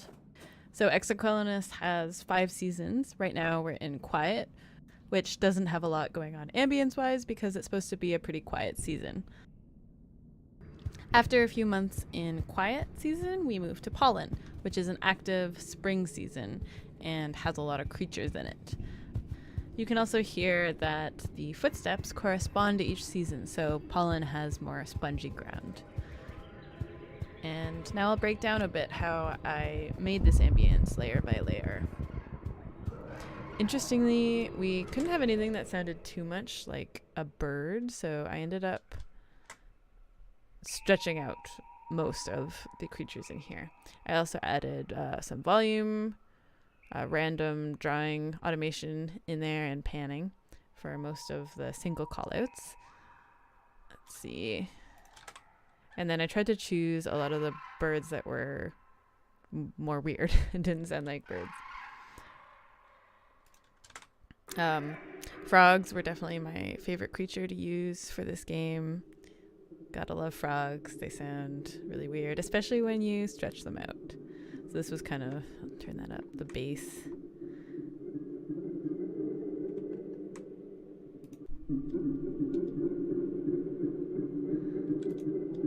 And then just some more birds stretched out.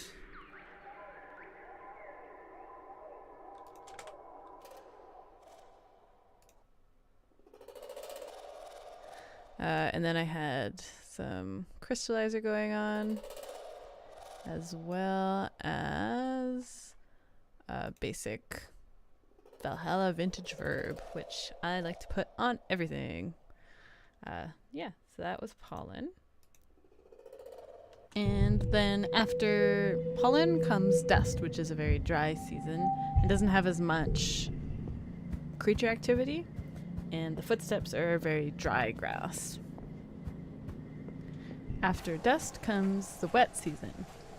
Rainy, and if you explore outside your colony, very swampy, with wet grass.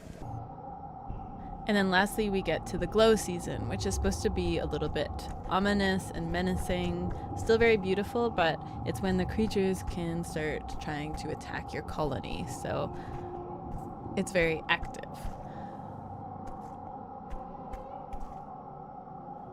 I'll break this one down as well and solo each of these tracks. So we have some gentle cricket tones. I think this one as well. I just want to demonstrate how stretched these are. This is what it sounds like normally. Something like there. So it's quite drastic what I'm doing to all of these files. Same with this one.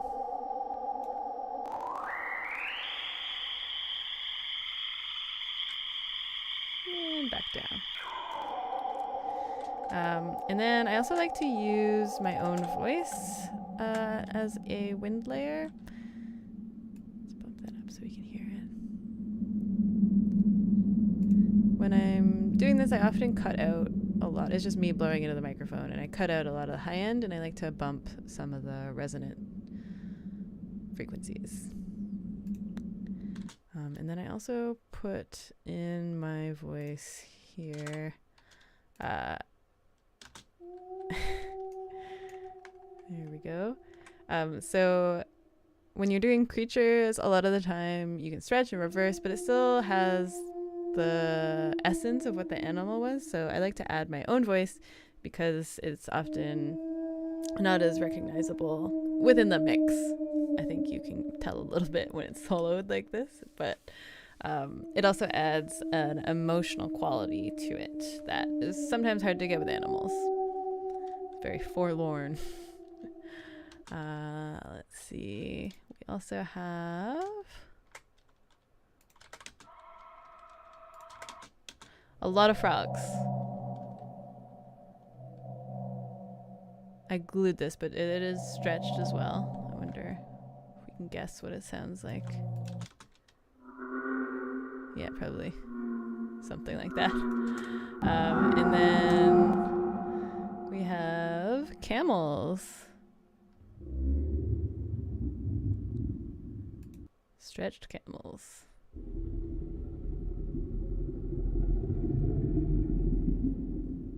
Very weird.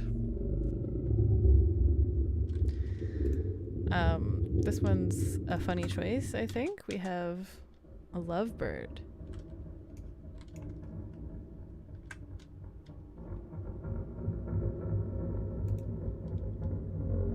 The reverb is hiding some of the weirdness from the stretching. Here you go, there's a little cute lovebird. Another stretched bird. Wow. This one is stretched a lot. This one I think is kind of like a parrot.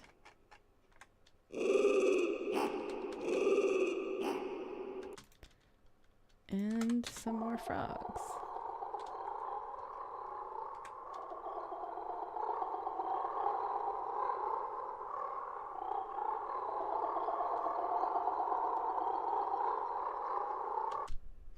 There you go. I haven't talked a lot about the music for this game, but it's absolutely gorgeous. It's a collaboration from many artists, with direction and of course contribution from Gordon McGladdery. And it plays through most of the game, but by default it's not constant. So there are breaks where it's just silent, which gives you a chance to appreciate the ambience. But we are finding it kind of strange when you went from the active outdoor ambience to inside, where there really wasn't a lot going on. So I created this series of humming tones, which I imagine to be coming from various parts of the ship and would start and stop kind of like a fridge would. They ended up being my favorite part of all the design work I did and even got on the soundtrack. Some of them are a little more musical than others, and I designed them with the emotion of the game in mind. By the time I designed these, I had played through the whole game and I knew the story, and I knew a lot of the moments that you'd be experiencing were very emotional, and I closed my eyes when I was using my Twin 2 synth and really thought about what was happening in the game as I made these. And I ended up doing so many variations of them because of how many story moments there are in Exocolonist. We couldn't possibly do bespoke sound effects or music for everything that happens in the game. So I really wanted this to work for some of the more heavy or ominous parts, but also a lot of the lighthearted moments as well. They were general, and I really enjoyed how the randomness of when these would play would affect how you're feeling in any given moment in the game. It wasn't scripted, it would just happen, and I felt like there was a little magic to that.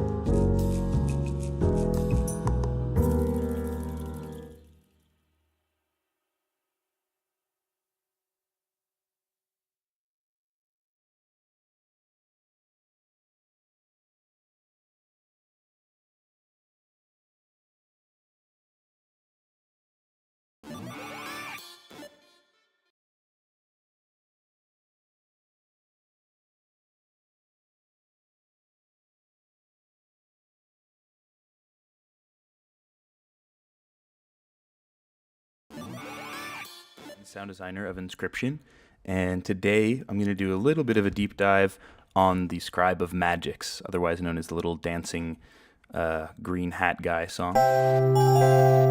Sounds like this. And I was pleasantly surprised that people really liked this track, because I found it a little bit weird. That's why I wanted to do this for a quick video. I think this is kind of a one weird thing track. Like, there's one weird thing about this, one weird trick that, video game composers don't want you to know. And I was pleasantly surprised that people liked it and that Dan seemed to really like it. And the weird thing about it is the way that the melody rhythm works, actually. So it does something called going over the bar. And in order to demonstrate that, I've got this little dummy melody here, which is kind of the cursed version of the real melody, because it's in time normally. So let's listen to that really quick.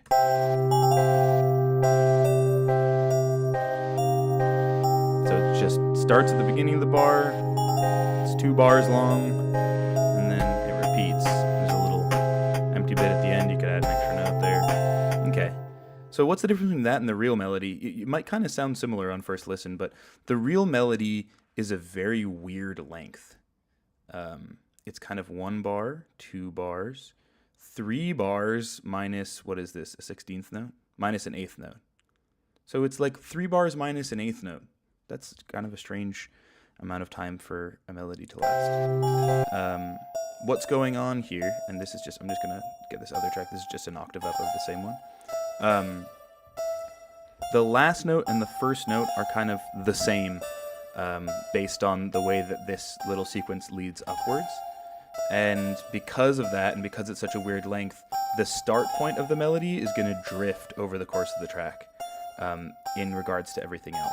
So by the time we get over here, that's the start note, and all of a sudden, where are we? We're like in the middle of some random beat in the bar. We're not like on the right place. There's a start note. It comes like, what is that? 1, 2, 3, 4, 5 eighth notes in, because each time we play it, it's going to be displaced by an eighth note. So when you go over the bar like this, it's like you're just constantly sort of shoving this down and warping it, and it's getting out of sync with everything else, but in a pleasant way. So your brain kind of hears the accents of it totally differently because it's starting at a different place each time, and you get this weird, dreamy, ethereal, kind of slippery effect. Oh, that's my alarm.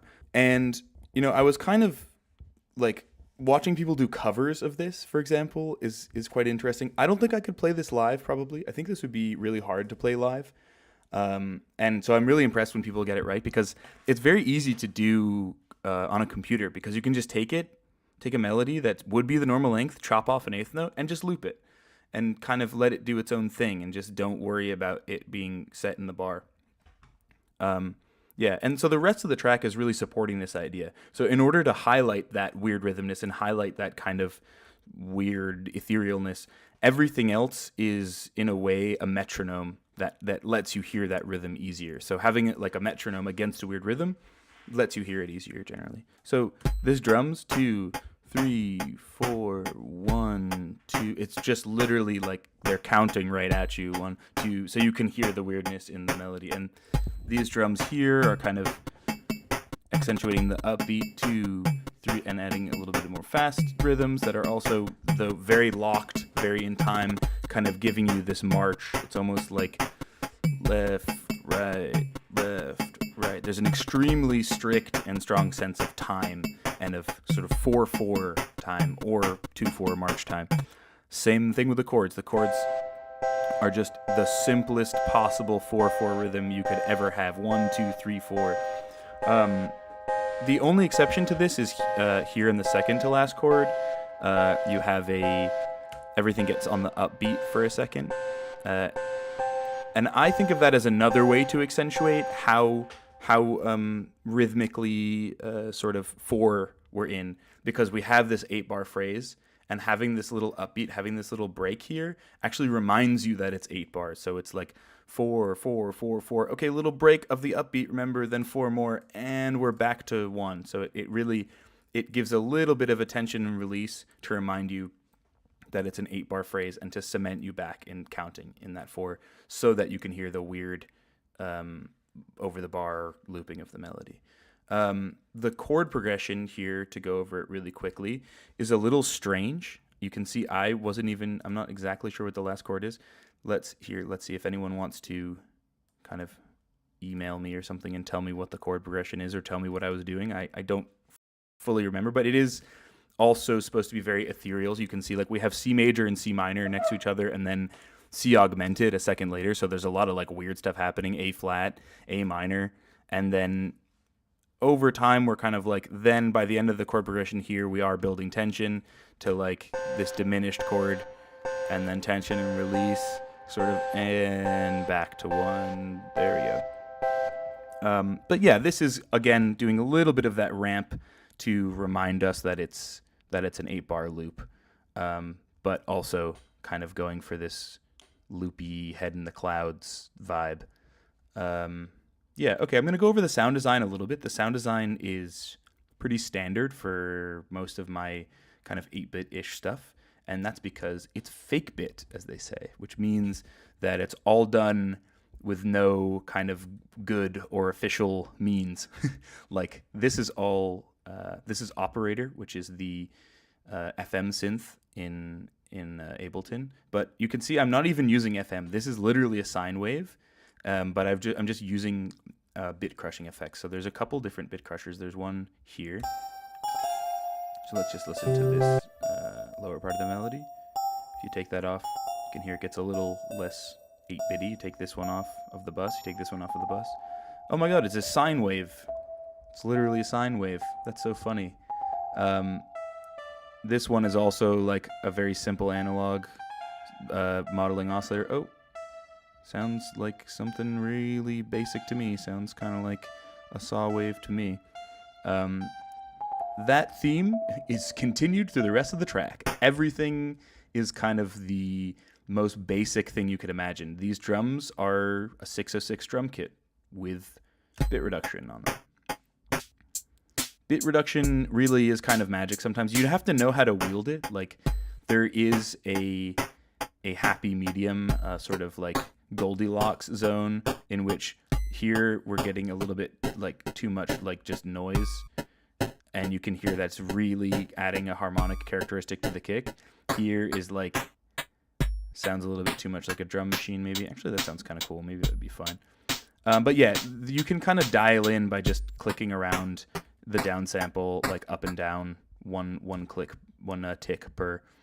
And sometimes you're going to find these weird resonances in bit reduction in general, and that's kind of fun. So like even the this kind of B melody here is really using the idea of finding a weird resonance inside of bit reduction. So let's listen to it. You might think that the original melody was quite similar to that, but if you take off the bit reduction, it's something completely different. Who knows what the hell that melody is? But if you put bit reduction on this exact one, so I was kind of playing it probably and dialing in the bit reduction while I was writing the melody, and you hit these perfect little pockets where it just sounds like a single note, and it gives that weird resonance. So in fact, if we even shift it down by 1, that's not it. If we shift it up by 1, that's really not it either.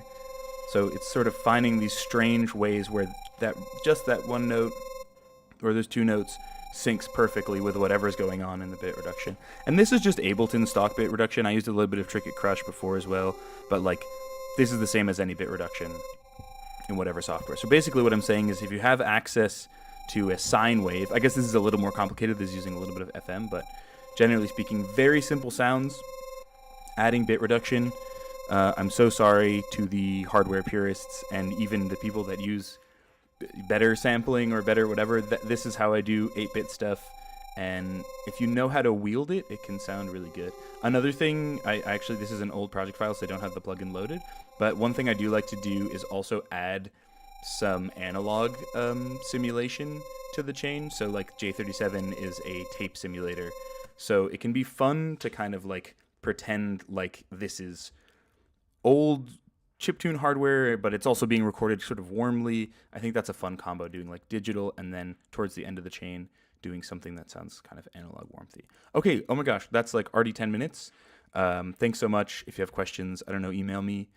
I will probably respond to your email if I don't like email me twice. Thanks so much.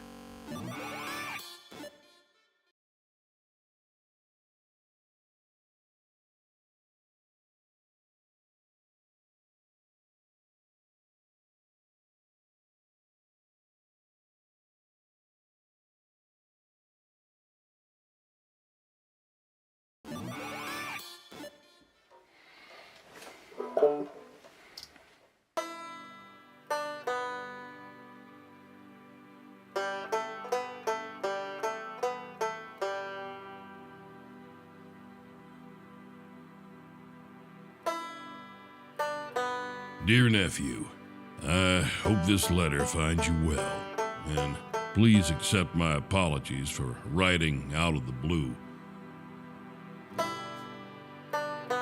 You gotta come to Wild River right away. Things have a way of escalating out here in the west, so I need you to take care of the old ranch for me. Put on your spurs and hop on the next stagecoach. I won't lie. This is not how I pictured a reunion, but I need your help. This place ain't much, but it's all I've got. Wild River is rough, but you have grit, so I'm sure you'll be all right.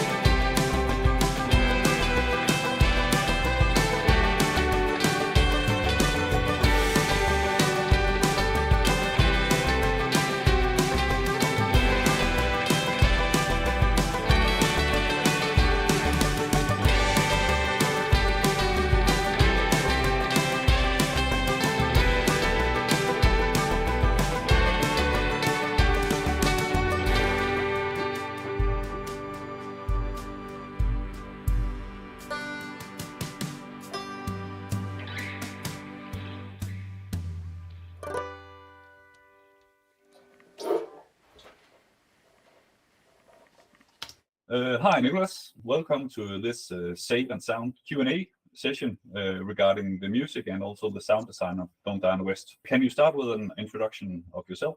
Sure. My name is Nivalis, and I was born and raised here in Aarhus, in Denmark. I studied sound design at the University of Aarhus, and I graduated 10 years ago, which which is a scary thought. So I've been making a living doing sound design and music for movies, TV shows, documentaries, and video games for the last 10 years. Awesome. Can you tell us a bit about how you have worked with the soundscape and the sound design of Don't Die in the West until now? When I got introduced to the project, which was a long time ago actually, I immediately started looking into like old Western ambiences. I always started working on ambiences because I kind of see it as like the fundamentals, so the foundation of any sound design, whether it's a room tone or just wind. Room tones and winds and ambiences in general have so much emotion in them that you don't really register it, but like deep down subconsciously you do. So to me it was very important to make sure that all the ambiences were there. There are tons of hidden instruments in the wind in the game. Sounds great. I suspect that there is also like a lot of like classical Western tropes that you can take and work with, but at the same time also some pretty hard things. So like how does a tumbleweed sound? Yeah, all those things, tumbleweeds and like the sound of like hawks and eagles in the distance and so on. All those classical Western tropes will be in the game. Sounds amazing. Can you like tell us a bit about your overall vision for the sound design? What future plans do you have going towards the early access launch in October? Yeah, there won't be anything missing, which is quite a promise when it comes to an early access game. My plan is definitely to make sure that the sound design, the soundscapes, the music, and so on will embrace the audience, and you will feel as if you're actually in a living world. So even if you're like in a barren desert where nothing happens, you should still be able to like hear hints of sound, maybe even some mysticism in the world. Hopefully I'm not giving away too much now. I recently purchased a pretty cool box. It is made by someone called Audioleaf. It's the microphonic sound box. So if you hook this up with a jack cable, you have this amazing sound design tool. Oh, by the way, I completely forgot. There are these metal rods as well that you can play using a bow. Oh. Yeah, just without all the cat hair, of course. Here we go. It gives it this eerie Western sound that I haven't heard before. And that will definitely play a huge part in the sound design in the game and the overall ambience. I also replaced the kalimba with a bass kalimba. It's able to generate these extremely low frequency booms that are extremely cool. So yeah, I can't wait to see the response to the sounds that this make. It's no secret that we know each other well. It's no secret that I'm a huge admirer of your work on other Funday titles also. How do you feel about being forced into this collaboration now where banjos will play a huge part of the sound going forward at least? I am immensely excited. Actually, when you told me, I was thinking that we should probably introduce more banjos than you initially thought. I mean, my first thought was that maybe even the UI should have like banjo elements as well. If we record like bangs and knocks on a banjo, the way that a banjo resonates instantly just screams Western. I think we can get so many things out of a banjo in the sound design, but also of course in the music. So I'm really looking forward to it. I bet you are. But Nivalis, I think that was more or less the time. Thank you very much for participating in this small Q&A, and this marks the end of Funday's Don't Die in the West musical celebration. Thanks for your time, and yeah, see you. See you. Bye bye.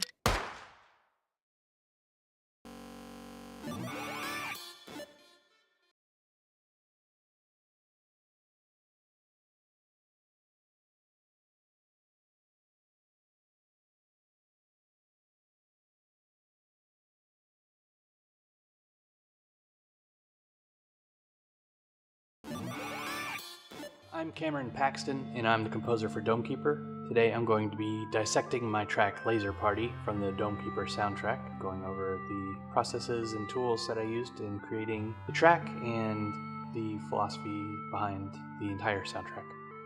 The track Laser Party was actually written pretty early on, so when it was still called Dome Romantic, so it kind of retains some of the characteristics of the first few tracks that I composed before the graphics got updated. You can still play Dome Romantic, by the way, on itch.io. It's still free to play, and has some of the old mixes of a few of the tracks in there. So as you can see, my digital audio workspace of choice is Ableton. It's what I'm most comfortable with. I've been using it for many years. And I also compose primarily on a Ableton Push 2.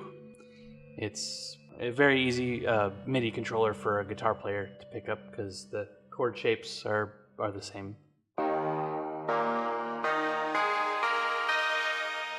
And I use a lot of VSTs, but there are a handful that I use consistently. Pigments was the synthesizer that I used for Domekeeper. It's very flexible. You can make a lot of cool sounds with it. Basically, the entire soundtrack was made using Pigments. I use a handful of saturators. Halcyon is my main one. It goes on basically everything, and it's a great way to kind of accentuate certain frequency ranges if you don't want to try to fiddle with EQ too much. It's a great way to just make something sound nice quickly. Tape is another good one. It's tape simulator. It has some drive and saturation in it, but it also has this wear knob, which is a really nice feature. Kind of makes things sound old and like they're falling apart, which is a big aesthetic choice that I made for the Domekeeper soundtrack. It's all kind of, it sounds like it's barely working and kind of on its way out. Similarly, RC20 Retro Color does a lot of the same things. The wobble and magnetic knobs kind of give it that old tape reel being stretched and getting older type feeling. And then Valhalla, Vintage Verb, and Delay. I use these on everything, even other stuff that isn't game related. It's on my project template. I have it as my send tracks for my reverb and delay. And yeah, that's about it for the ones that I use on everything. The original Laser Party is pretty similar to what ended up in the final game, but it's not as dynamic. It kind of just gets where it's going pretty quickly and just kind of stays there throughout the whole track.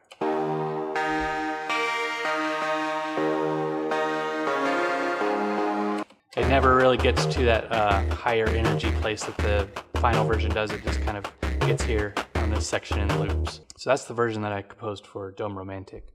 And so you'll hear a lot of that same stuff in the final version as well. The main beat.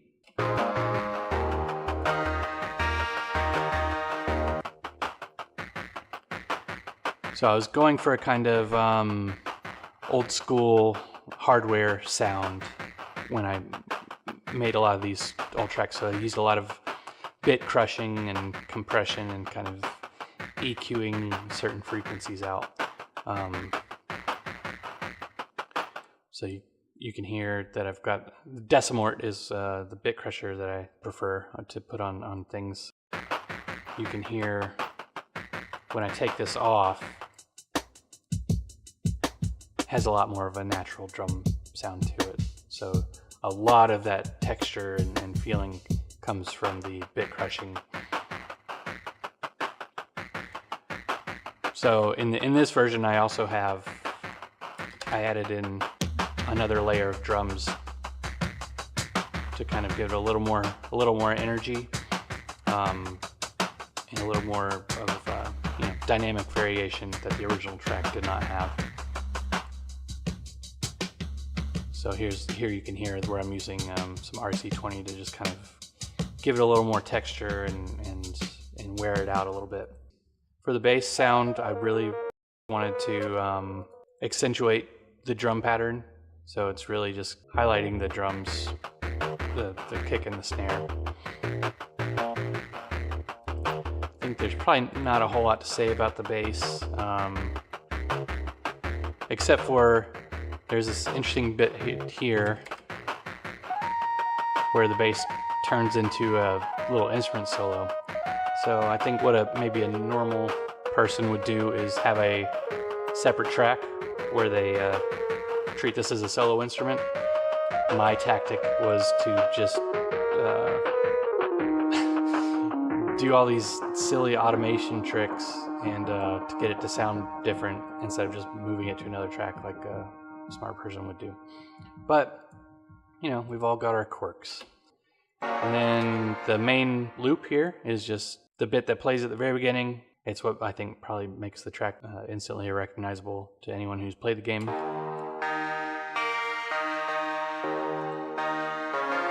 And it just kind of follows this sequence. It doesn't really change much throughout the track. There are some parts where it cuts out to let some other instruments come in and add a little bit of variation. So I did try to get away from the bit crushing when we switched from Dome Romantic to Dome Keeper. The graphics were updated to make it more high res. The whole thing, it kind of stopped feeling like an old school game at that point, and I wanted to have more high fidelity sounds. So if you listen to the old Dome Romantic soundtrack, which you can find on my Bandcamp, it's definitely more lo-fi sounding. And so this track still keeps some of those elements, just it worked really well for this track in particular. And there's this part that adds, you know, a little more texture variation and isn't as rhythmic as the rest of the stuff. Yeah, just add a nice little melody over top and keep it from getting too repetitive. And this is one where there's a little bit of bit crushing going on this one as well. But again, it's really subtle. It mostly just adds volume, but there's a little bit of texture there too. So most of what's going on in this one is happening within the synthesizer. It's not effects that I put on top of it after. But yeah, so getting to the new bits of the track that were composed specifically for Dome Keeper. More rhythmic stuff to kind of add to that energy.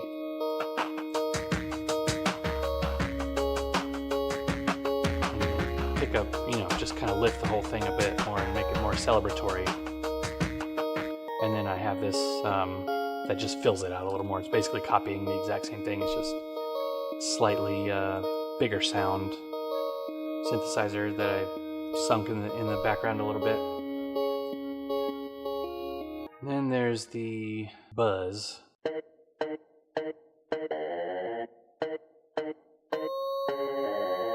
Yeah, more just kind of rhythmic elements to kind of contrast with the syncopated with the drums a bit. Yeah, just one additional layer on top of this kind of... It's doing some slightly different things than the other instrument, but it's basically the same.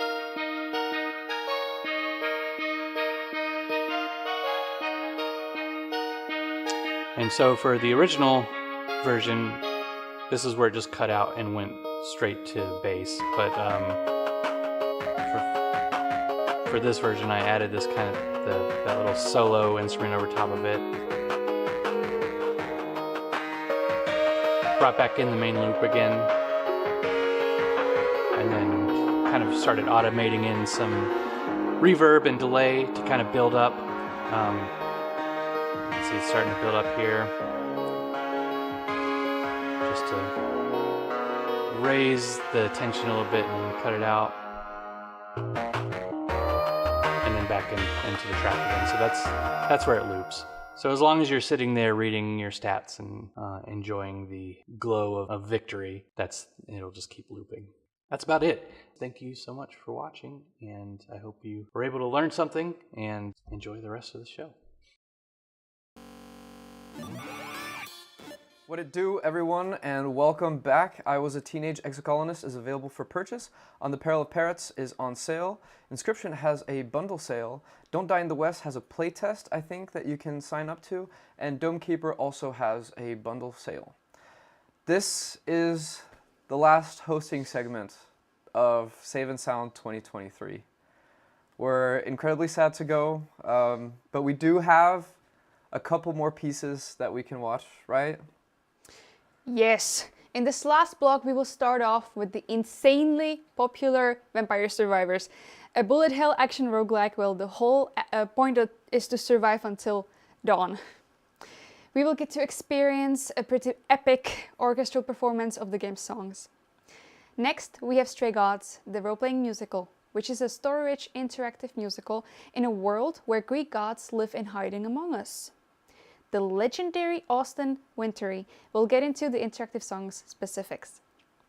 After this, we have Saturnalia, a survival horror adventure, where you play as four characters exploring an isolated village in Sardinia, haunted by an ancient ritual. In this piece, the sound designer Michael Manning will dive into how he made the sounds for the game. The last piece for tonight is The Wandering Village, a sandbox city builder where you build your settlement on the back of a giant wandering creature. We will hear the sound and music designer Claudio Beck go over how he created the soundtrack. And a quick thank you to everyone who has supported Save and Sound over the past 3 days. Thank you to chat, for being here and hanging out with us and making this just a good time for everyone involved. And thank you to the developers, the composers, the musicians.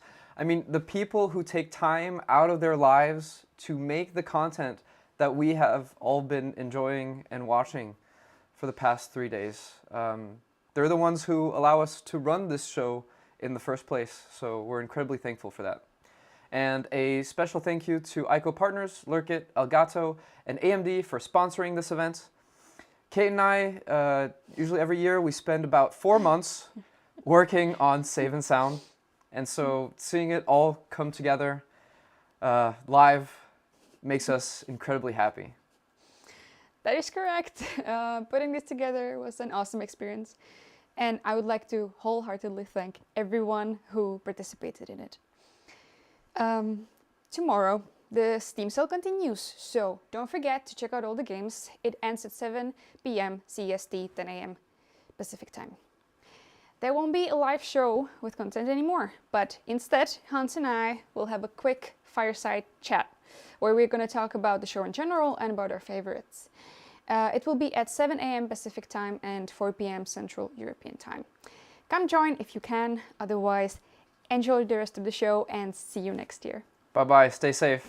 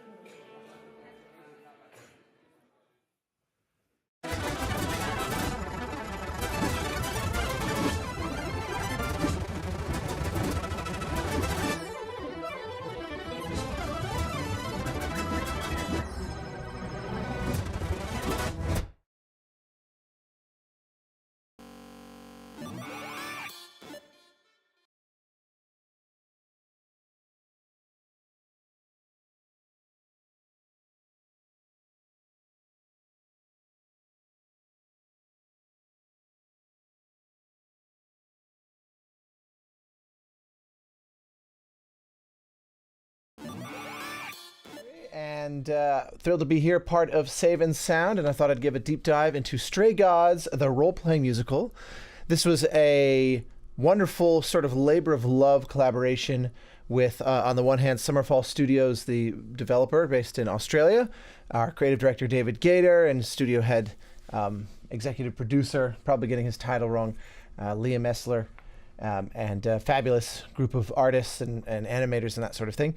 And then my collaborators from the songwriting and the music side, particularly the band Tripod, based in Melbourne, Stephen Gates, Simon Hall, and Scott Edgar.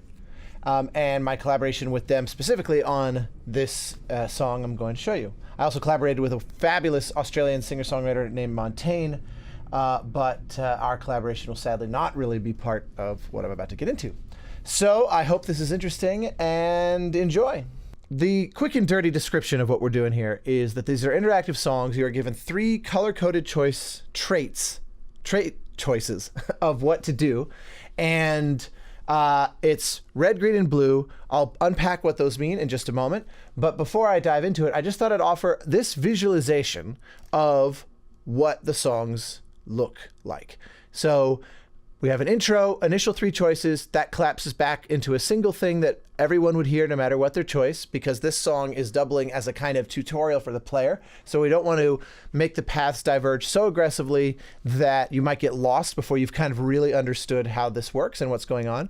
We then have a few more subsequent choices, and then it starts to sort you based on where you're tilting, and then other than this interstitial bridge, it then branches into things that are entirely based on where you've been. So, you know, if you're tilting green, then you end up in an area over here where the only option are green framed outputs. It's meant to be a thing where if you just close your eyes and listen to someone play the game, it feels like they're just watching a musical. But if you actually play it, you realize, ooh, I'm in control, and I actually have quite a lot of control. The song starts, as I mentioned, with this little introductory bit, and it's where Pan sings and half speaks this little ba-ba-ba-da-ba-bum-bum motif that I came up with very early as a sort of theme for Pan. As part of the recording process with the actor Kari Payton, one of the things that we really fell in love with is when Pan sort of borderline speaks his sung parts. It just really felt like Pan whenever we did that.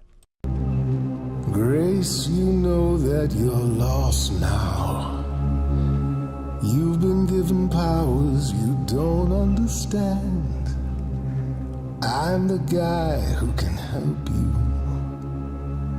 All that you hear is at your command. Wait. No, it's okay, Freddy. This is all me? So you see there's a little bit of Janina Gavankar as Freddy, skeptical of what's about to happen, and then Laura Bailey Grace coming in to say, I'm the one causing this. So that was this. And then we have these 3. So here's where I really want to dive into what truly makes the difference between these traits.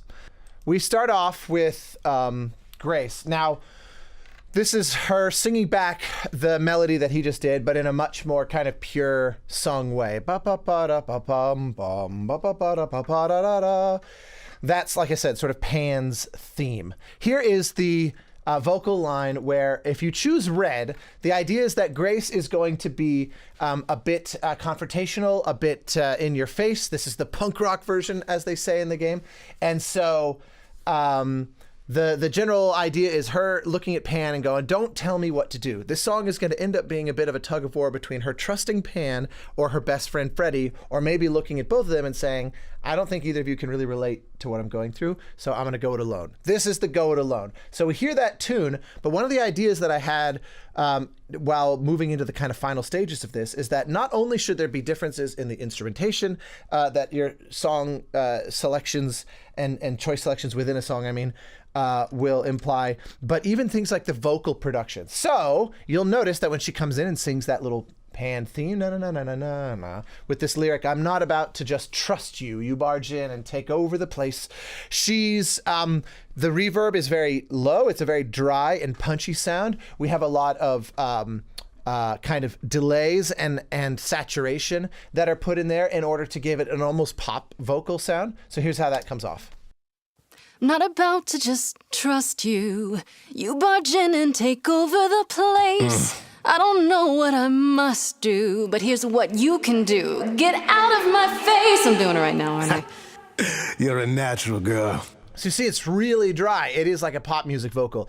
So here's, if you had chosen blue instead, forgive the fact that these colors are the opposite, long story, but if you chose blue, the clever choice, you end up with something that's a lot more middle of the road, kind of lush, and a lot more sort of in a space. How the hell did you find me? This is the weirdest night I've ever had. And you say I have powers? How could this possibly turn out bad? Am I doing it now?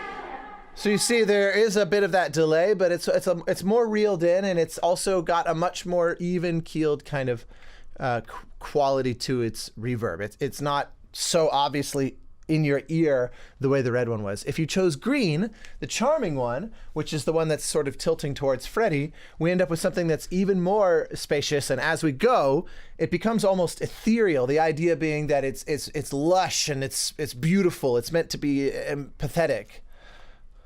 Freddie, he's got me shaking. I don't know what I'm meant to do. Something in me's awakened. But this goat guy thinks I'm some great ingenue. I'm doing it now, huh? Yeah. So you see, the differences are, they're actually pretty not subtle, especially when I isolate them like that. One of the things that I also, in addition to just how the voices sound, being a way that the player can really feel the choice that they've made and not just sort of know it, is by altering what the backing tracks sound like. So, very, very crucially, Red always has this prominent electric bass. And you can see there's a fair bit going on in terms of the saturation, the trusty old Sound Toys Devil Lock. So here is how the Red without the vocals sounds.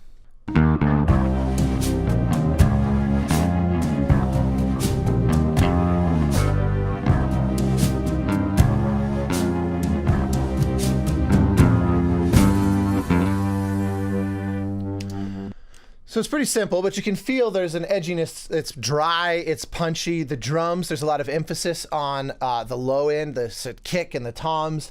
It's got a impact. That's what it's all about. Now, in contrast, we go over here to the clever choice, the blue choice.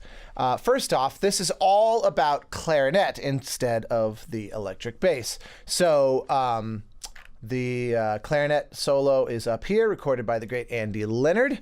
And one of the things that I also wanted to make a recurring quality of the clever is that it's not just that you hear clarinet, but it's always got this chromatic kind of borderline jazzy quality where it's, na na na. And so here's how that one sounds. And there's a little less emphasis on percussion, although with the nature of this song, you don't feel that difference quite as much here, but you'll see a bit what I mean.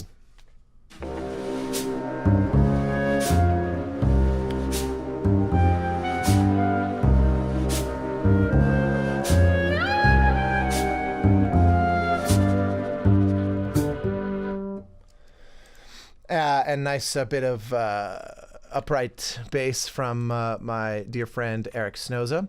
So what if you had chosen Charming? Well, this is the one where we go with the least amount of percussion, sometimes and very often none. There's often a bit of synth design and sound that have been added, and pads and things like that. And then the signature instrument, where if it's electric bass in the red and if it is the clarinet in the blue, then here our signature instrument is the harp. Beautifully recorded by Niall Wilson. So here's that. So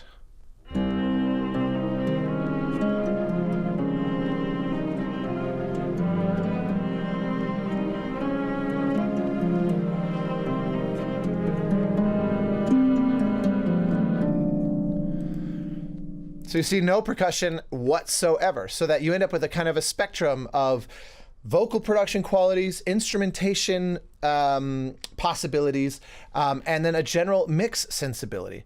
So that was a very truncated look at this for Save and Sound. Thank you so much. I might post a fuller length version of this later, but I really hope that you enjoyed it, and thank you so much.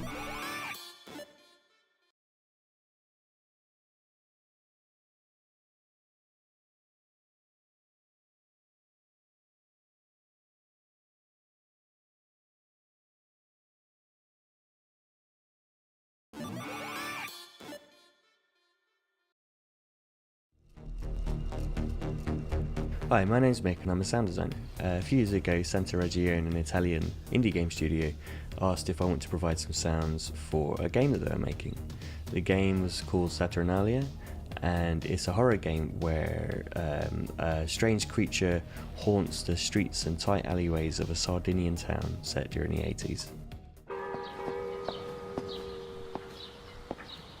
Santa Regione had populated the game already with a lot of placeholders which filled out much of the soundscape, but got me involved for a couple of weeks to help them better craft the atmosphere that they wanted. Alongside my involvement, they also teamed up with another sound designer, David, who provided the creature sounds, and Niccolo, who did the theme music. So my focus was the ambience as well as some of the UI and conversation systems.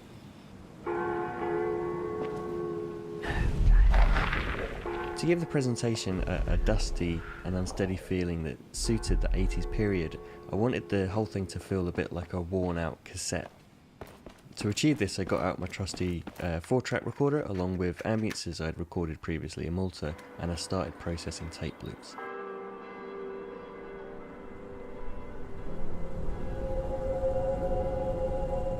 There wasn't a lot of time and resource to go super detailed for these sounds, so I opted to take a minimalist and impressionistic approach. I really leaned into the tape imperfections, all the hiss, saturation, and imperfect loop points you get with this old analog technology. I wanted the town to feel empty, so everyone here had shut themselves away and the street should feel like eerily silent. The absence of sound and music during exploration I think works quite well, contrasted against David's creature sounds, which are loud and expressive.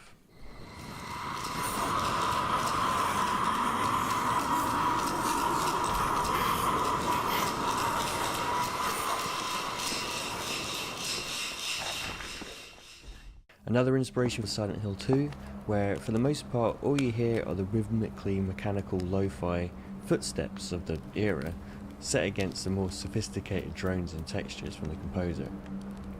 Its simplicity is, I think, what gives it an uncanny feeling. Perhaps for the player, if the audio presentation is so minimal, it feels like there's less places to hide, and it kind of shrinks the play space, making it feel more claustrophobic.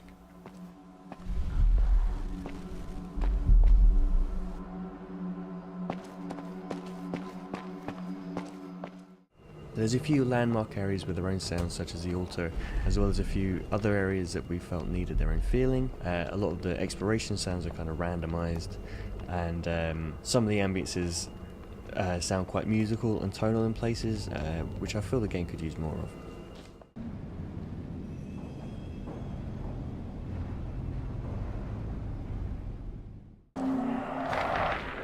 Another thing to note is that some of the soundscapes like this are made up of some traditional Sardinian folk instruments, which also found their way into the creature sounds from David.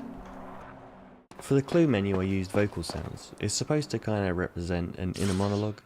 You get these little kind of vocal whisperers which feel like kind of echoes of thoughts.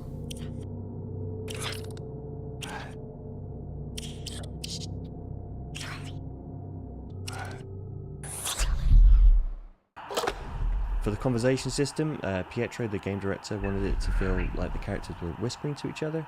The studio at one point had recorded some test video, which I used and cut into tiny little snippets, and I surrounded it with deeper sounds, which were recorded at high saturation into tape, so they sound very kind of like broken and kind of distorted, which I then filtered and bit reduced later on.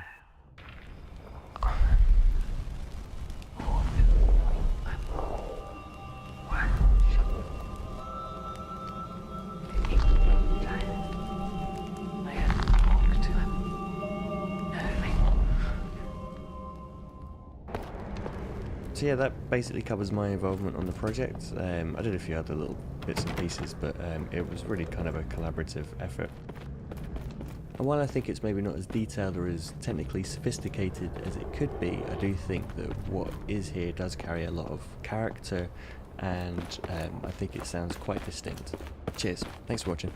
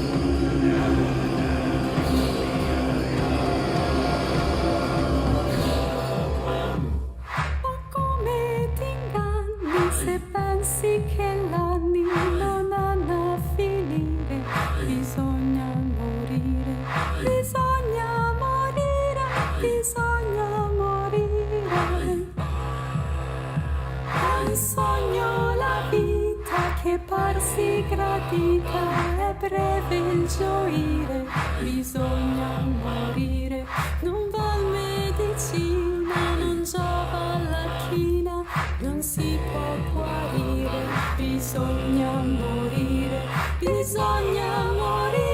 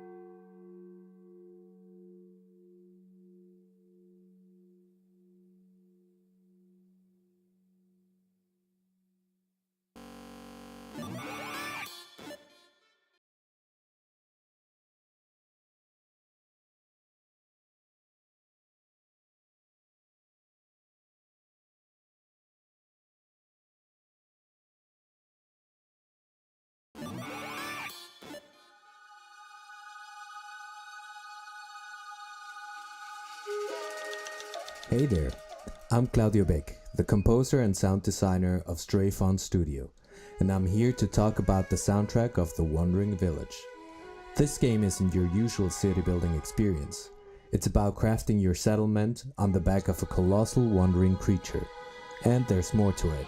You're not just building for fun, but to survive in a world infested with toxic spores. As you construct your home, you're also forming a crucial bond with the giant creature to thrive together in this challenging environment.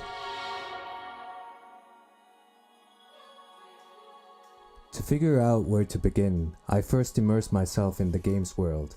At the time I started working on the project, there was no gameplay yet, but what we did have was a lot of gorgeous concept art, done by our lead artist Stephanie. Adding to this, the team and I also had several discussions where we talked about the emotional beats of the game. Based on my insights and discussions, I decided on the musical style and themes, a mixture of folk-inspired music, ambient, and smooth jazz of the 80s, with modern production techniques. Folk music brings a tangibility to the world.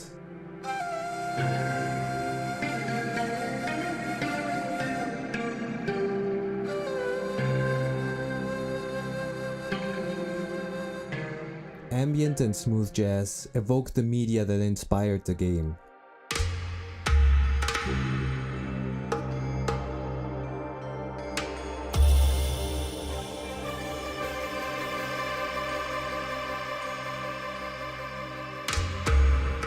Whilst the production techniques keep the sound fresh.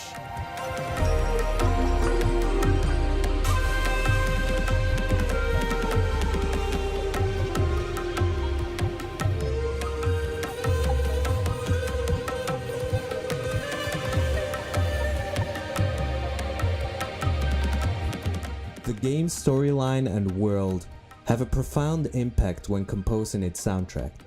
A central aspect that guides the tone of the music is the desire to evoke the sense of awe and togetherness of the villagers and the colossal creature named Umbu. Additionally, the ever-changing locations within the game play a significant role as well. As the creature roams through diverse environments, the music needs to adapt and reflect these shifts.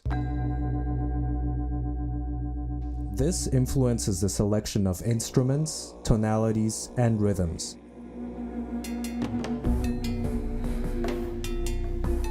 Ensuring that the soundtrack harmonizes with the visual and narrative changes.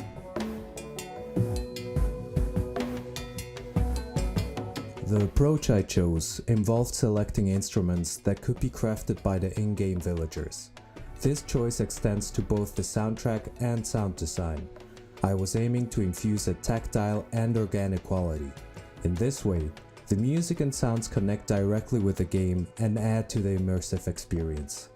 So I looked for 3 instruments that would form the foundation of the main theme, but also reappear in various forms across the entirety of the soundtrack.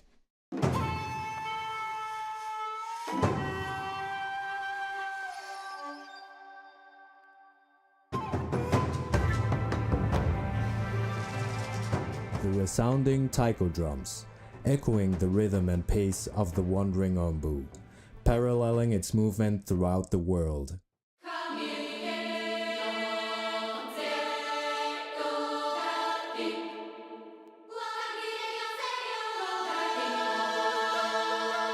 The Bulgarian choir, on the other hand, embodies the villagers' relentless pursuit of growth and survival.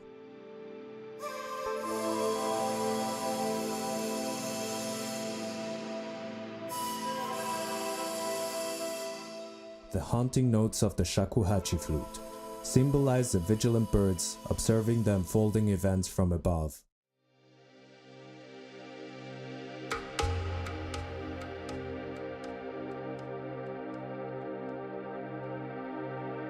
To amplify the sense of wonder and otherworldliness, I introduced a range of synthesizer pads.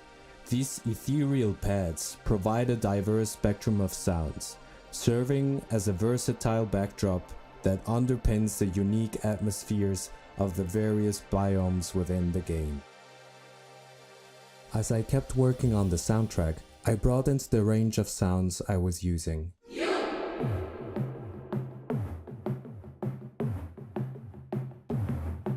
The inclusion of an array of percussion instruments from both Eastern and Indian traditions added depth and diversity to the evolving soundscape.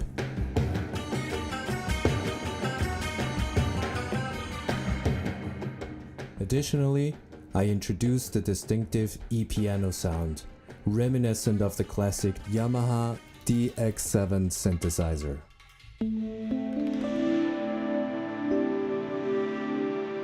Infusing a touch of the iconic 80s vibe.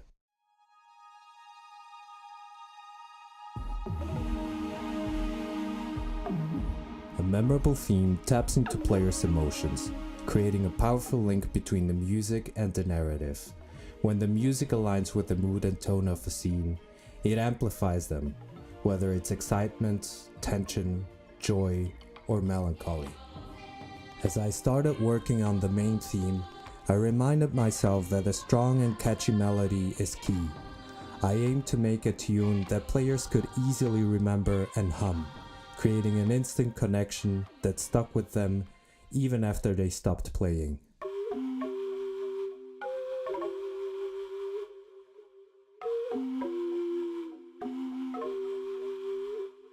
I kept in mind that sticking to a consistent theme brings familiarity,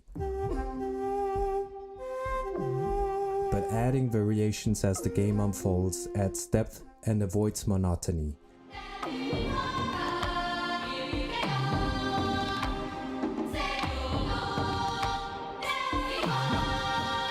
In this way, I keep the players interested and engaged.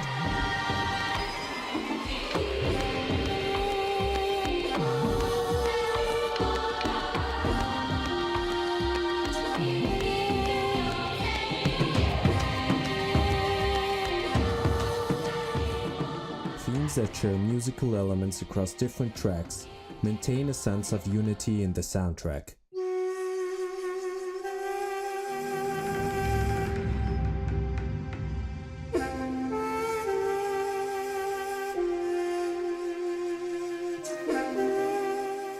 These recurring motifs create a cohesive audio experience that ties together different parts of the game.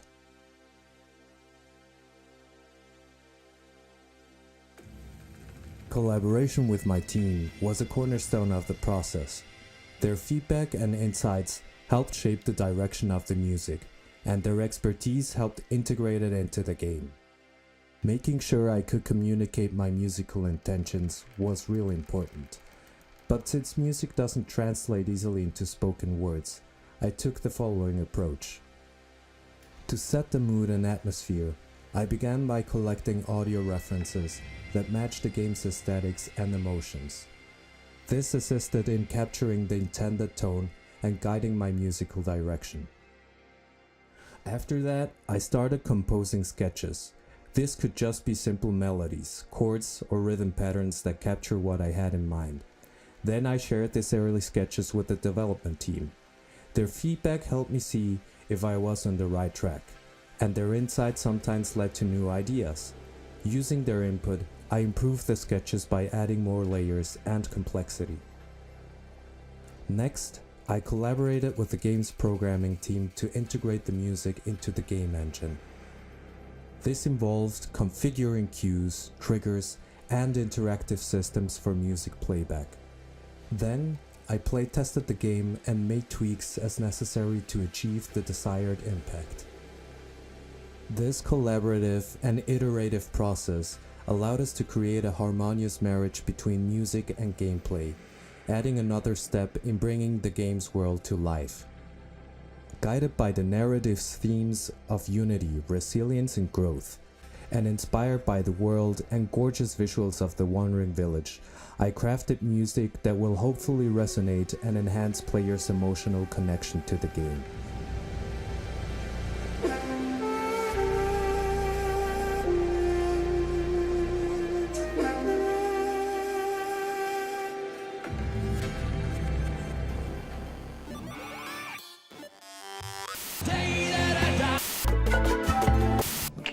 Tangible. Is back. Awesome. Oh!